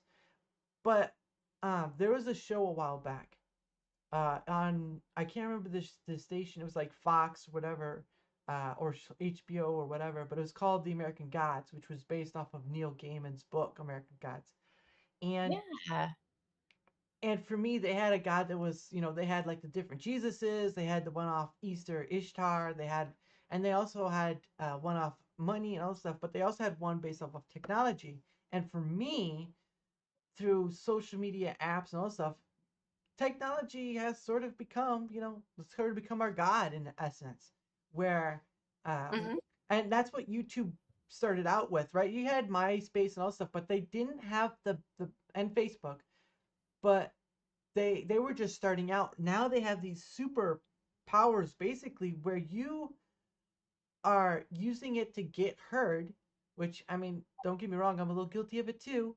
Uh, but you use it to get heard, to get seen, and to make money out of it. Once you, like with Twitter, right? What happened to Twitter a while ago with adding monetization for a certain criteria, people would just boom, post, post, post, and get likes and post and post. And sometimes the posts were just, it didn't matter. It was just about to get paid. And you saw the people who would make lots of money and some people who would not make lots of Yeah. money. But when you threw the financial, and of course, don't get me wrong, we all have to eat, we all have to live, we all have to have a place to sleep. But the point of the matter is, once you Mhm. added that financial introspect into that, you changed the whole field. You took an atomic bomb and dropped it on a grassy knoll and blew it up into this huge basin of nothingness because you've completely changed the field once you've added that prospect. And I'm not saying it's fully wrong, but it can become less than what you tried to put it out there to be, right? So you're trying to make it a good spot, and it became obliterated by this huge money sign, and it just became not so good, if that makes sense. Right. Um, and Yeah. again, I speak upon of seeing the stuff like the whole red pill or whatever pill you want to go with, and I speak on the woman's side that goes like the feminism or whatever it's called now. I don't really care. The point of the matter is that, yeah, the point of it is that at the end of the day we speak past each other because it does. I think in the end it is sort of like a power complex, right? Like, I know some people in a Mhm. relationship do a power complex, and I get it. There's certain things someone is good at. There's strengths and weaknesses, and my thought has always been is that you find someone that can complete the can complement the weaknesses with their strengths and the vice versa, because that's how you, it's not perfect, but that's how you have something that's a little better than just all this stuff that's out there. It's like walking through like the plastic that's in the ocean. You're just swimming through it trying to find a fresh patch of water, and it's just blah blah. And that's just a personal perspective, but you have this stuff, and it just gets, and people dig into those uh ideas or ideologies where they just keep digging their heels in these things because they keep having this confirmation bias thing where they keep bringing up this information that agrees with them, and they keep digging their heels more, bring up more information that agrees with them, stats, whatever, like the divorce rates and all this stuff, keep digging their heels in, and the thing goes on and on until it becomes a divide. And I see talk almost every day of like the whole like doll situation or a robot situation where, oh, if guys will just replace the women with a robot, then oh, women will do that too. It's like you're creating more of a divide, and the more you talk out of this anger and maybe trauma or whatever, you you keep Yeah. digging the hole. It's like there's always Yeah. a there's always this a joking factor where you're talking to someone, whether it be a guy to a woman, or mostly I've seen it as like a guy talks to a woman and he says something, and it's like a husband to wife, like, oh, don't keep digging that hole, and it's all this stuff, and it's more of a joke thing, but there's a truth to that, where it's not just a Yeah. man, it's a group of men or a group of women, and through the information they keep digging up in order to prove that they're correct, and yes, there's some truth in those kernels, but is that the full deciding factor? I don't think so, Right. but I'm not a end all be all, unfortunately. Oh, I don't want to. I'm sorry, I don't want to be, but you do see after a while this conflict of the you if you can do that, I can do that better, and that sort of thing. And um Yes, yeah. yeah. Yeah, I think we're all traumatized, like, we've hurt each other, like, Yeah. men and women Yeah. as far as that goes, or whatever kind of relationships people have hurt each other, and, so a lot of it is, like, they, are trying to develop tools to protect themselves, so they Mhm. go, like, "This type of person is a bad person, blah, blah, blah," and they create these categories, and they go, but ultimately, like, connection is unpredictable to the extent that, like, uh you can find a guy that, like, hits, as a woman or whatever. You can create a list of, like, he needs this, this, this, this, this.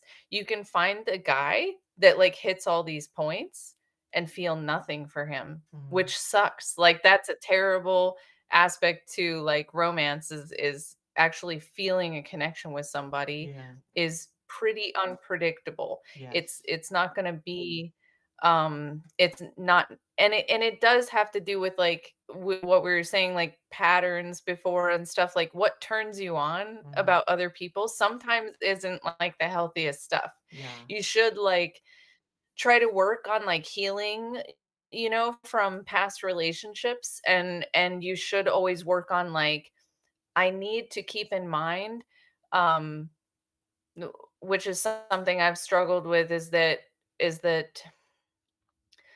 like a certain behavior that I see somebody do Mm. doesn't automatically mean that they're just like all the other guys, or they're just like this other guy because they're doing this similar thing or whatever. It is important to look at people as individuals, and to, generalities aren't like helpful, but Mm. it is okay for a woman to say, you know I'm mad about the way that men treat me sometimes, or whatever. It's okay for a guy to say some women are just disgusting and the way that they've treated me is terrible. It's like that's true for him. Like that's the experience the guy has had. Mm. It's okay to say that.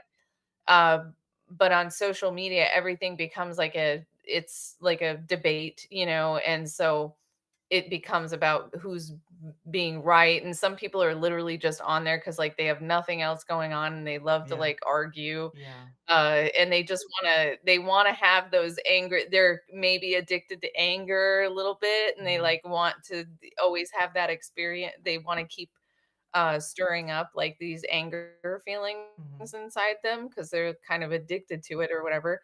So and it may be the only interaction they really get for Yeah. the most part. Like being online might be like most of what, human interaction that this person's getting.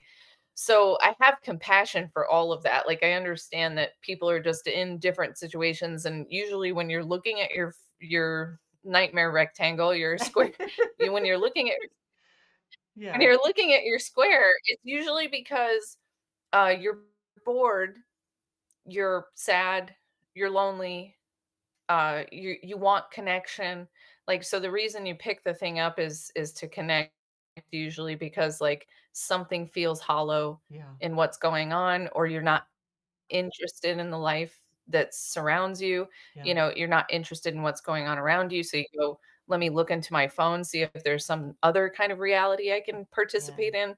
And um gosh, so many things that you were saying made a lot of sense to me, and now I'm like losing track of those things. But Just I breathe. You just got to breathe on um it. Just breathe.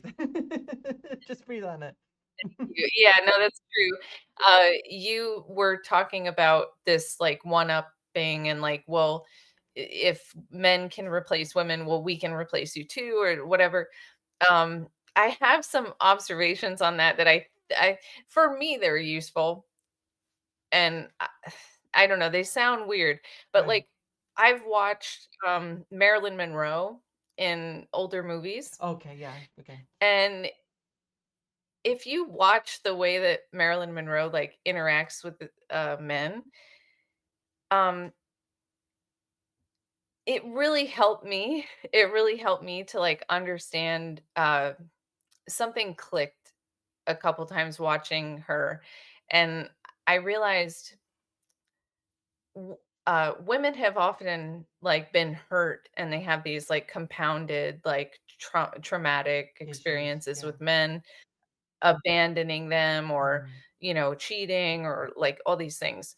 So a woman will be like sometimes making the whole relationship about these issues and like bringing it up constantly, whereas most men, and I think this has been said, this is a very simple point, but like people actually just want to have an enjoyable time. Mhm. uh they just want to enjoy like their time with somebody else. So I think if you're in a relationship and you're collaborating on life together, you want to make it a good one, like a good, Yeah. like you're having a good time together. You enjoy each other's company. Right. um so in order to act uh like to be soft and to be giving with a man, and to sort of entice him sexually Yeah. and like make it a fun time, like you have to be relaxed to Yeah. do that as a woman. You have to feel safe with that man. So there's this thing where men need to be uh, kinder to women, and Mm. like make them feel safe, so that the woman can soften and be that way. Um, but I see a lot of where women will get off on, like, emasculating men, Yeah. and some Yeah. men have yeah, and then some men have even, like, turned this into a fetish because it's so common that they're like, "Well, I don't know, I guess I could be turned on by that." Like, Yeah. that I get a lot of that, so I guess that's hot too or Yeah. whatever. But I think it's just because men have, like, a very high interest in sex, so they're like, "I can make anything sexual. I'm gonna make this work for me."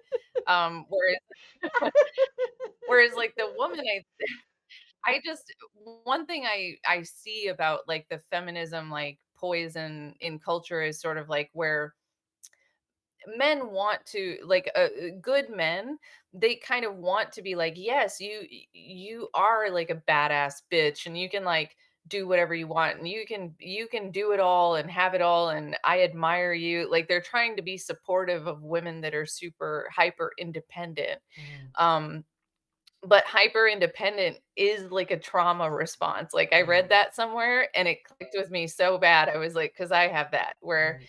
I have been hurt enough where, like, I have such issues, like, trusting somebody that I just have written it off completely, and I just assume Yeah. that it's all on me, that even if I'm in a relationship, there's no guarantee that this guy will, ride it out with me, and what if it's going really well and everything's wonderful and then the guy dies? Like, Yeah. I'm gonna be alone no matter what I do. So like I have these like anxiety about not being able to about always being abandoned. Right. So I'm like, even if things are going really well, something will happen and he'll die and then that'll be taken from me. And so I have all this anxiety about like I'm never gonna, find this relationship where I really feel safe and stable. Like I want stability Mm, and affection and yeah. you know, um but I see this reaction with women where they're like, uh, I don't need a man and uh, and then men kind of like they want to be supportive. Good men just want to be supportive of women. So whatever the women are doing, like they're trying to be on. I guess so. Yeah, that's cool. Yeah. You're really hot. I don't know.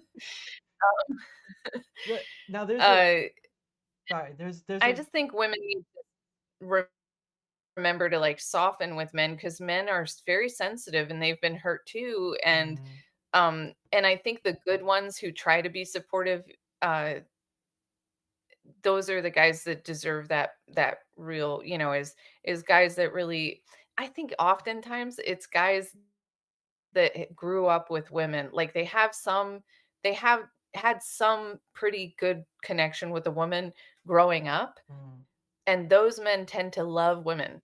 Like, even if they've been hurt, they continue to love women, like, their whole life. right. And so I've noticed I don't know if that's true, but it seems like, I always prefer a man that has the perspective that, like, he generally loves in general, he's not like, "Women are disgusting whores," he's kind of, like, compassionate Yeah. towards women. Well, let's just agree that there are some women who are, but that also could be a traumatic response. But also, they could have just had bad parenting, environmental.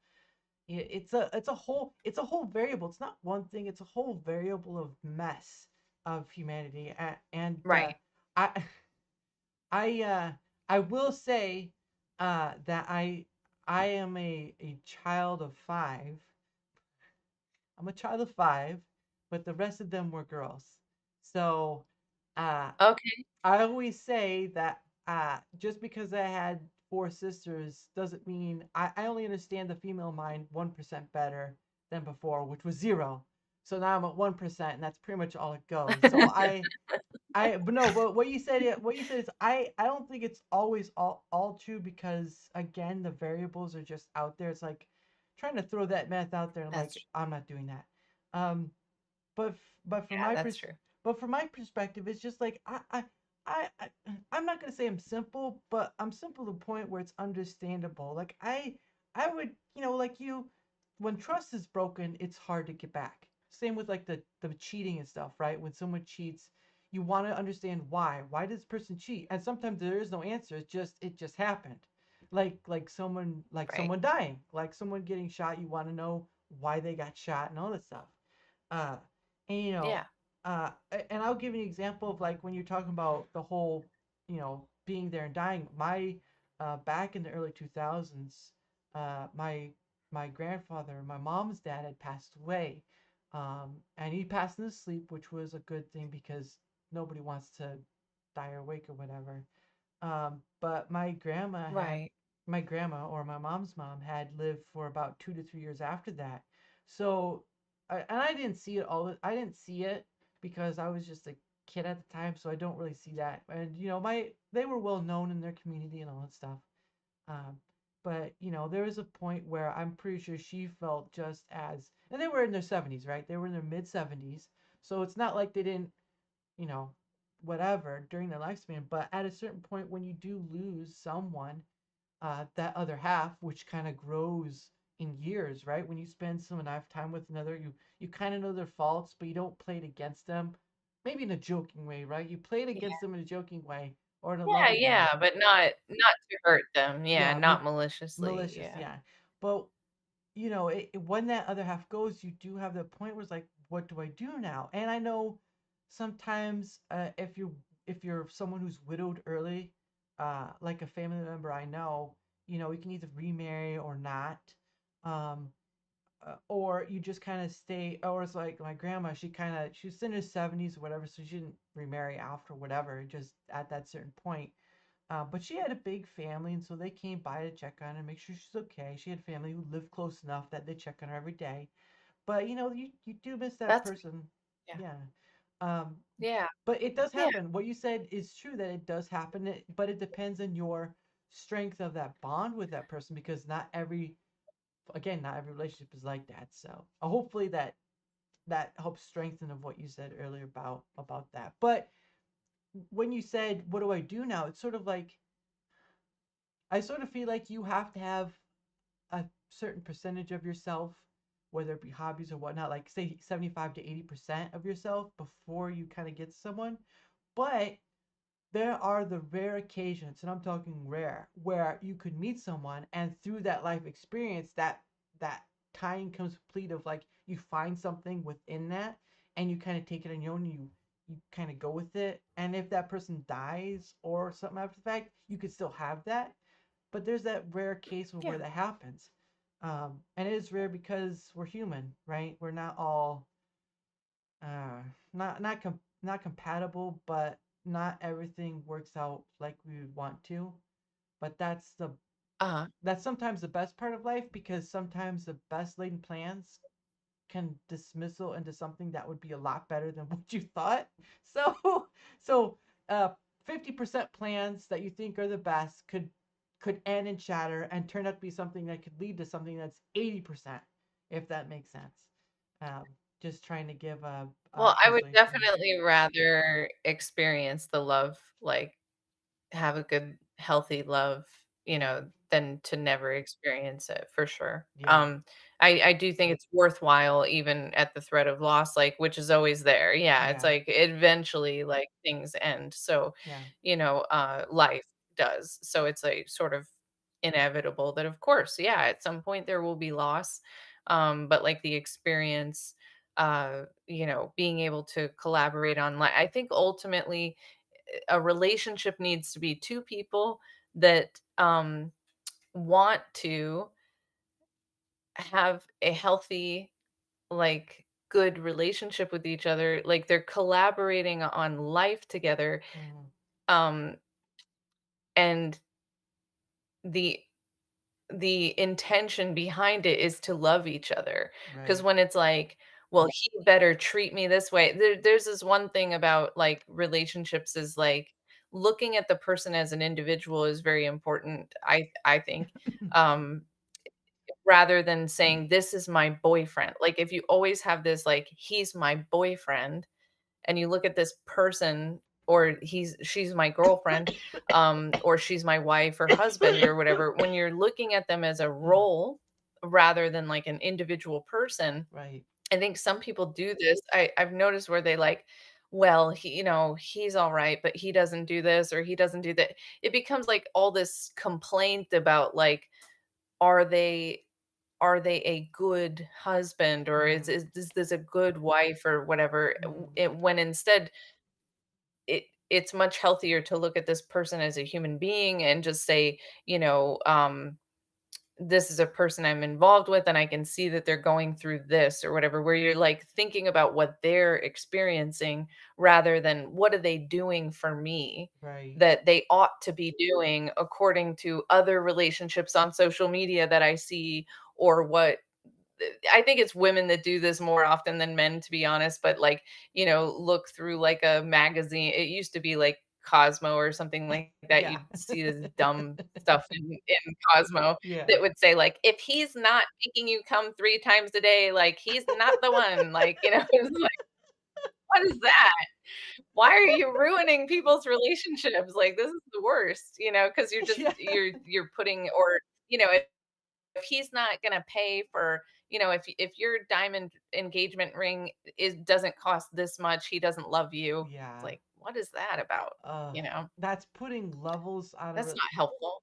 I do believe, yes, I do believe people need to have standards because there are a lot of people who grew up being taught, the environment, teaching, whatever, that kind of do, in a sense, become trash. It doesn't mean they aren't redeemable. It just means at the point of contention, they are kind of trash in a sense.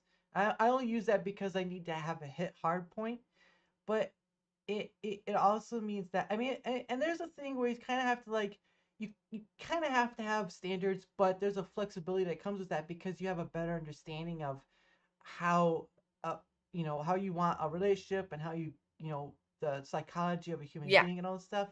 So it's also Yeah. that learned experience that kind of helps in that matter. But I do believe people need to have some form of standard. Like you don't want to just go around schmoozing, boozing, that sort of thing. No, you can't be yeah, you can't be forgiving of all behaviors. Like, I think ultimately you have to figure out what do I think a healthy relationship consists of? What do I think that should feel like? What do I Hmm. think that would look like? Yeah, And when you're in it, it's sort of like mostly for me, it's the feeling. yeah, Like if I feel loved by someone, that's going to be undeniable to me. It's going to be so uh I'm gonna be like bursting with that feeling. Like that's gonna be that would yeah, it'd be an unavoidable like I would know it. hmm, And if I'm feeling unstable and I'm feeling unsure and full of doubt, hmm, that relationship is not healthy, period. Like, it's not. So it may be fixable. There might be and the only thing you can do with a relationship is communicate, to be honest. Like, that literally is, like, the only way to resolve things is to, like, communicate, and you can communicate in several different ways. It doesn't always have to be long.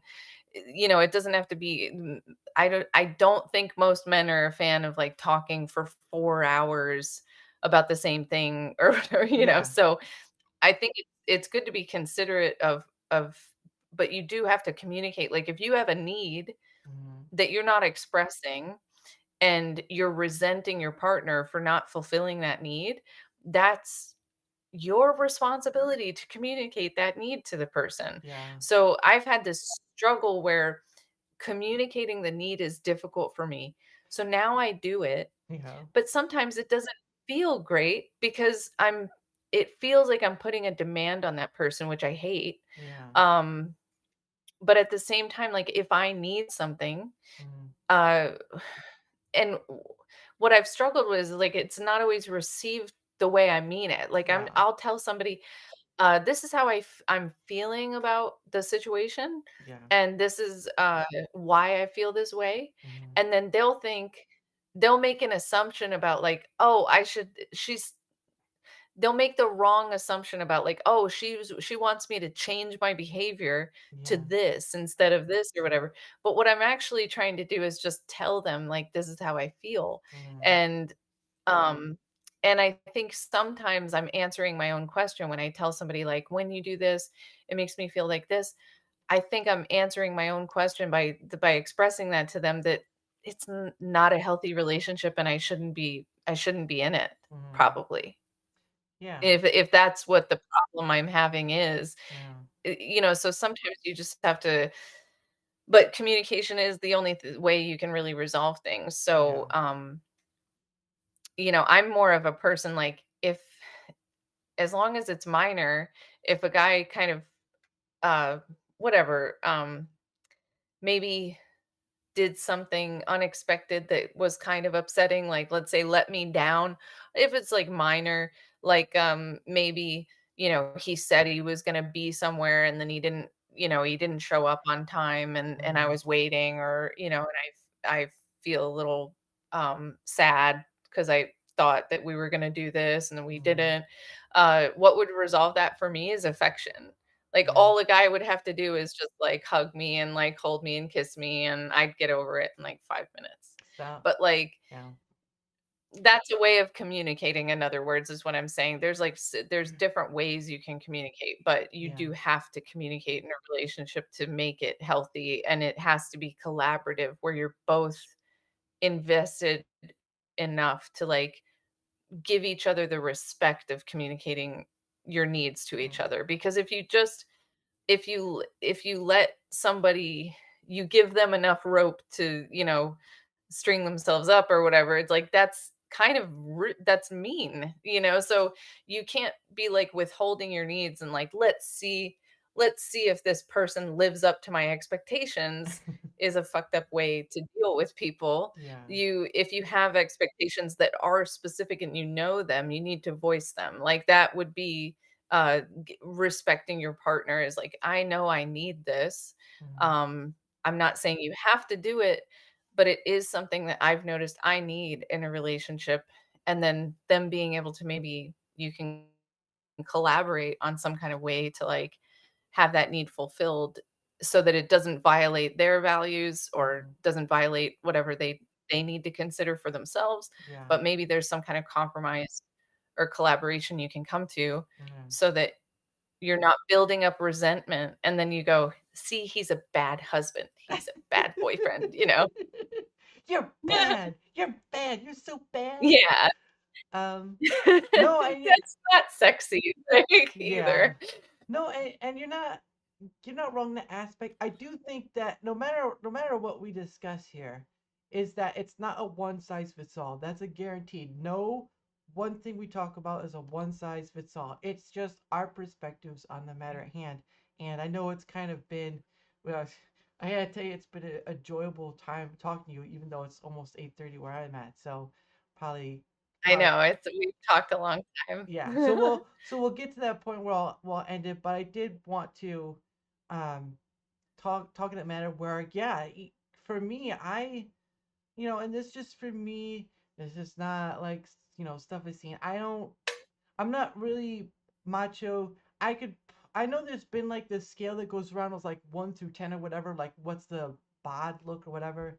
And I'm not on the low end, but I do again, like I said earlier, I do have, there's high cholesterol on my mom's side, and I am trying to work out. I'm trying to eat healthier. Sometimes I fail and falter, but I'm not uh like some of the boulders of people I've seen walk around. So, but I know I'm not perfect in the Yeah, you look like you're in good shape, yeah, yeah. I try. I really no, you saw me. I try real hard. Sometimes it's like makeup. You put it on and it Healthy. just go. Yeah, trying to be healthy is hard because you so want to eat the junk food that's there. It's like oh, um, so but Yeah.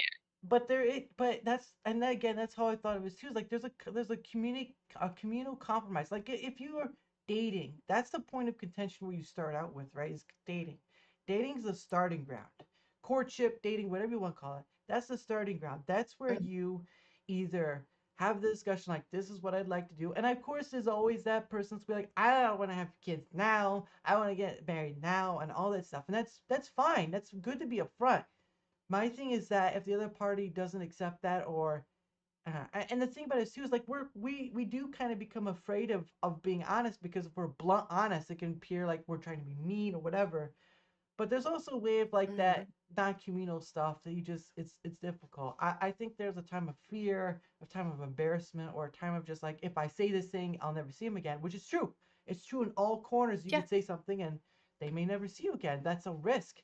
Life is a risk. I And would say that's a worthwhile risk to take. If yeah, the truth would ruin something, it deserves to be ruined by yeah, it. especially since But you have an but there idea. is an art to communication, and you shouldn't be harsh. You shouldn't be overly harsh with people. You should learn to, like, communicate in a way that also considers other people have feelings at the Right. same time, so there's, like, a balance Yeah. there. Yeah. Yeah. And balance, and believe me, balance in life is like walking on a tightrope between the twin towers, and you have one slip away from falling to your death. That's how sometimes life is. Yeah. And but it's not impossible. I like that ability where we say it's hard, it feels impossible, but the thing of it is like you're human, they're human, it's not impossible, it's just hard. And within a relationship, whether it's a relationship leads to marriage or you're in a marriage, there are going to be times where you're going to be tested, and those are the times where you get to find out if that person is a good to go. And for me, if and for me, this is just me personally, I don't know about everyone else, but for me, if I'm to get married, I don't, I'm not looking for a way out of that. I mean, if it gets rough, they have the discussion and that person wants to get divorced, but I don't want to get to that point. I mean, I'm not like looking for the, like it gets the physical fight, domestic abuse or whatever. I don't want any of that. My thing is, I don't, if I'm going to get, because that's a fear too, is like you get in a marriage thinking that's going to be the rest of your life. But then you see these stories of like, Mhm. and then when you get kids involved, when you have kids with this person and they get involved like the divorce stuff, it's rough. That You're not hurting sucks. Yeah. you're not just hurting the other party. You're hurting these lives you brought into the world, and you're giving them this Yeah. information that will change their life drastically. Even though you try to be kind about it, you try to explain it. It's like you're trying to be Mr. Rogers about it, but you can't be Mr. Rogers when he tries to explain it. He's doing a better job than you can. So, but yeah, Yeah. there's always that fear, like if you go into marriage, that's gonna be the end of it. And believe me, I have some of that in my family. A few, one or two marriages didn't work out, and they sort of just exited. But I also have marriages that have lasted for, my grandparents, my mom's parents had lasted for 50 years, and I still have family members that are Yeah. still married too. But it's thinking for me, it's like you don't know, and the risk of that is hard because, like with the talking about traumatizing Yeah. and all this stuff, that all plays into it, and you're just all those things come in. It's like for me, if I'm going in, I'm going all in. But it's gonna have to be that battle of choosing that person, which you don't know even when you choose if they'll be the right one towards the end. And but for me, Right. my stand is if I'm getting married, that's gonna be the rest of my life sort of thing until, as the saying goes, till death do you part. And I know, there's Yeah. things about marriage people have iffy things about, and I understand that. But for me, it's like I'm not going in to get out. I'm going in to be in for the rest of it because you you have to like we've been talking about, you have to know the importance, you have to do the compromise on stuff, and you work that out together, and it's collaboration. It's like two musicians getting in to collab on a song, and the song will either be a pile dump of horse manure, or it will be, yeah, it would be a pile of horse manure, or it'll be the best song you've ever heard in your life. But it's a lot of work. Yeah. Or the garden, or like Yeah. the garden, what's the, I'm trying to think of the term, like the garden parable or something like that. I don't know, can't remember what the word is, but it's sort of like it's a garden. You go in together trying to, plant vegetables, fruits, and all this stuff. It's gonna be hard work. Yeah, till the Uh-huh. weeds, the bugs, and all this stuff. But if you do it well enough and you do it right and you learn from it, I gotta tell you that harvest is gonna look pretty good. And it happens every year. It happens every day. But the point of the matter is what you're willing to put into it. And I think, again, yes, there are some things that can be discussed about the good and bad about what marriage and all that stuff in the state and all that stuff. But that's this discussion for another time. The thing of it is when you get with someone and you finally get to that point, like, hey, we've been going out all this time. We've gotten to know each other, and I don't. I know some people say you should live with each other first before finding out if you want to get married to them, but I don't really feel like that's a great idea because once you start combining your stuff in that instance, when you go to leave, it gets hard. So kind of keeping things separate until you're ready to go all in, which should be the case, at least from my perspective. When you're ready to go all in to and then combine things, that's a whole lot better than, you know, boyfriend, girlfriend, we move in with each other, things didn't work out, we separate, but I can't get out of the sleaze because of this, that, and all this stuff, and it's just a mess. But Right. so so yes, we've been going at it for a while. I I really do thank you for wanting to even talk to me because uh some of this stuff, I we have these content creators that talk about this red pill and the women just talk about this thing and this whole thing that just go 1 second. Sorry, I had to burp. Um That's it. we have this thing that's going into a divide, which it basically is what, from my point of view, is what's going to. But so for right now, uh I'll ask, would you want to do this again? Would you want to come on and just talk about whether relationships or whatever? It's, I mean, I'm not gonna force you. There's no way I can. I wouldn't want to, but I just figured to ask you if you'd ever want to come back No, on. it's very fun talking to you. Yeah, I like that you're thinking on these things, and I think about these things too, and I don't really have a place to. Twitter is a little explosive to like throw drop, I don't want to get in that conversation on Twitter is the Yeah. thing is like it seems like a headache to just be like, what's wrong with men? You know what's wrong with women? You know what you should do? Yeah. I'm not that type of person to say, Yeah. "Oh, I'm an expert." I'm a fucking single 38 going on 39-year-old. Like I don't have advice for people, Yeah. I have opinions. Yeah. That's it. I have Yeah. opinions, and they don't mean shit. So I'm not gonna like walk around acting like I'm not gonna act like I'm an authority on anything. I'm not. Right. Yeah. But I'm certainly opinionated. I certainly like think on these things and wonder and yeah, and I just think your intention matters in any relationship, like with your family or relationships or anything. Mm-hmm. I think ultimately, life and God and love are the same thing. Mm-hmm. Like the spark of life, this eternal river of love that we all have access to. Um, and I think they're the same thing. It's hard to get, I don't want to expand on that totally, but it's Yeah. like basically I think that if your intention with another person is to love them, Mm-hmm. it takes work and you can't the instant gratification thing really throws off this idea that love is worthwhile and Mm-hmm. it's worth working at. Mm-hmm. And like I've considered in my life cutting my entire family out. Like I was like, I may be better off if I just do everything, like if I just don't talk to them and I'm just alone. Mm-hmm. But I've weighed the ramifications of that, and uh, I can't like deal with the idea of hurting my parents that Yeah. much.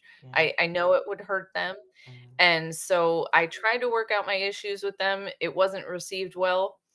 And what I got out of that was realizing that I found like a limit, like I Mm-hmm. found a boundary there, or I Yeah. found like where the limit is. Mm-hmm. And I realized uh they are not like they can't fix my pain or like they can't uh, undo something that I've been upset about, but at least I said it, Mm-hmm. and even if they didn't want to apologize, which they didn't, like, didn't want to take responsibility for that at all, and I guess that's what I was hoping for, but I didn't get it, and I realized that's okay. I still love like at the last moment of this person's life or of my life, the most important thing I want them to know is that I loved them. Mm-hmm. I love them. Mm-hmm. I don't care if we had petty differences, and I would hope that a relationship that I got into would have the same intention behind it, that, you know, that I w- I chose to love this person because I saw that there was something extremely lovable about this person, and that I'll never like actually betray that completely. I might get upset, I might need a break. Things take effort. They're not going to be instant gratification. You're not going to always get what you want out of a relationship or out of another person. Right. But if you have a real true intention to love somebody, you will put in effort and try to figure out how you can love them, and you'll learn to accept them more and more as time goes by. Mm, And then that love like increases and you grow as a person, like where your capacity to love expands, and then your understanding, so you communicate to get to a point of understanding with another person. And mm, if you can increase understanding, that is very fulfilling. And ultimately, it's way more fulfilling than the instant gratification stuff. The instant gratification stuff will allow you to escape momentary pain. mm, And that's all it does, is it distracts you from your pain a little mm. bit. Yeah. But then increasing understanding can actually, over time, Mm, create a situation where you experience less pain. right. That's way more worthwhile. Yeah. That's all. That's like kind of on the topics we were talking about. I think ultimately, if your intention is to love somebody, you should follow through on that intention and do your best to like figure out, how do I navigate this so that I can follow through on my intention to love this person and let them know I love them, you Right. know. I gotta tell you, so Zora, that was uh as beautiful as you can get for ending a stream. So I thank you for that. That's amazing. But Yeah. anyway, Thank uh, you. so if you're gonna just, hold on, I'm just gonna talk to you after just for a little bit, and then you can go home. Well, you're already home, so I don't. It's like I'm gonna send you home. Okay. You're already home, so it doesn't matter. Yeah. So anyway, but I want to thank anyone who came to watch. I didn't. I kind of kept flipping back and forth while you were talking to make sure things were still running stuff. So thank you for anyone who is joining us. I mean, if you got something out of us, that's great. If not, and you just hate us both, that's fine. We're all people. I think we'll get over it. Because we're eventually going to be dead anyway. So I mean, we're going to get over it somehow. So, Right. yeah. So I want to greatly thank you for coming on and just chatting with me about this stupid human stuff. I hope we can come back and do it Yeah, again. And I'm glad absolutely. and I'm glad we can do something different than just red pill thing, feminism thing, or man hating thing, or woman hating thing, and just kind I of, might make some notes on that. We could talk about that sometime. yeah, I think there's a lot of funny I think there's a lot of things to poke some fun at in you there, you get and that, on both sides that yeah, you are get kind that, of hilarious to me. So, yeah, you yeah, get that big notepad out with that big pencil. We'll do I that. will. It's like, where'd you get that big Sounds pencil fun. from? But yeah, so thank you everyone. I hope to see you next time. And before I do go though, when I had first started doing this content creation stuff, I just did like, there's people give advice like just get a camera, whatever. I don't, as you can see, I don't like showing my face because I'm not that confident in myself, unfortunately. Um, but the awesome thing is I just started doing like playing game stuff, and there's not you just, so in some sense you play games to chase instead of enjoy playing. But I've also wanted to do something like, you remember back, I'm not trying to do an show your age thing, but you remember when they used to talk about radio shows, right? And the radio shows, they didn't have TV, they just talk radio shows and all that stuff. I thought about, how they do like a story and you just hear voices and they give you kind of, you imagine what's going on or what the scene looks like. I've always wanted to try to do something that, although I've never been confident in how to do that because, when you do that, you can't just always do what's the word, off lib or improv. You can't always do improv sort of stuff. So Ad libs. yeah, Yeah. but that's just me. It's whatever. But that's the thing, I'd like to take this and do stuff like this because honestly, like you're talking about stories and whatnot. Like there are a lot of people.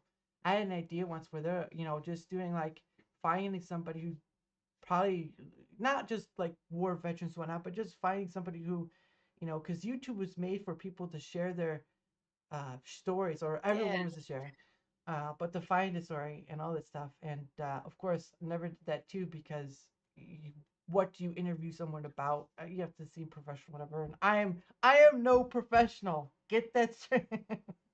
I think that's better. You're better off. You're better off as a creative and doing it because listen, like these YouTubers, like they'll get into where they all copy each other and they go, "Hey, what's up, YouTuber?" And you're like, Yes, ah, because it's like all like they all do the same thing because they're like that guy gets views, so I'm gonna do. And but the problem is like people get tired of that. Yeah, they'll watch it maybe because it's what's there, yeah, but give me an individual, like somebody who's being themselves. I 100% more interested in that. yeah, And also the type of thing you're talking about, just interviewing people. I know there's channels that do that, hmm, but there's infinite room for channels like that yeah, because there's so many people in the world that have very interesting lives. Like I've met tons of people where I'm like, I will tell stories about people I've met because they're so interesting. They're such fascinating people, yeah, and and nobody knows them. Like hmm, they're like unknown, yeah, to the world. And like I've met like genius artists and genius musicians, and but because of the way they choose to live life, they don't want a ton of attention, so yeah, they don't go after that. But just to hear them talk about like some of their life, or there's tons of people that just have uh there's so many people that you think like somebody should write a book about this person, or they should write a book, or hmm, whatever. So interview channels like that I think can fill some of that, where there's a lot of interest just in everyday people, yeah, yeah. It it can work because um it's just yeah, and you're right. I mean, it's like what you said earlier about storytellers, right? If you were to think about it, everyone is a storyteller. Maybe not the greatest storyteller, maybe not a good storyteller. Yeah, one more log. Just add one more log. Yeah, Okay, just one. just she did one. It's okay. But as you were saying earlier about yeah, all it takes is one.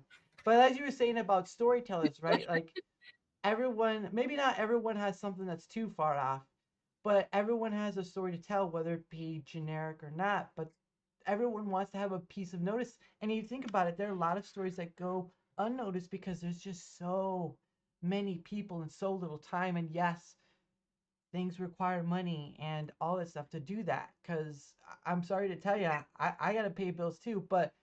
And I think the reason why most content creators do that is because once they hit the point where they're making lots of money, that their previous job, and I hear these stories, right, their previous job made less money than what they're making now. They keep aiming on that because once they dip below, especially if they have a family, they got to start thinking twice. And for me, I get it, but as you said, there's a more a piece to acquire, and they talk about authenticity, about genuine, what's the word, genuine. Genuine. Well, I was going to like genuinity, but that doesn't make any sense. So I'm just making up words as I go. Yeah, But authenticity or being genuine, I guess. Yeah. genuine, yeah. Um, and people like that, even though sometimes they'll disagree with it, even so sometimes they'll probably bash somebody, and you can see those negative effects. But Yeah. it is worth a space to explore. But again, another way to end it. It's another way to this. It's gonna go on. It's gonna be midnight. I'm like, I got. What else am I gonna This is talk about epic. here? Yeah. So, but anyway, thank you, everyone. Even if it's small or big, either whether you agree or disagree of how we view our perspectives of what we view a relationship, or how we view things. And yes, there was a bit of a religious aspect, but it's a conversation piece, just like the political part. So thank you all again. I hope to see you come again, even if it's just small, because at the end of the day, it's a conversation we can all have and maybe learn something from. So anyway, thank you all for coming, and thank you, Miss Sora. the beautiful soul Yeah, that. thank you for having Oh me. yes, the beautiful soul that camera looks wonky, but we're okay.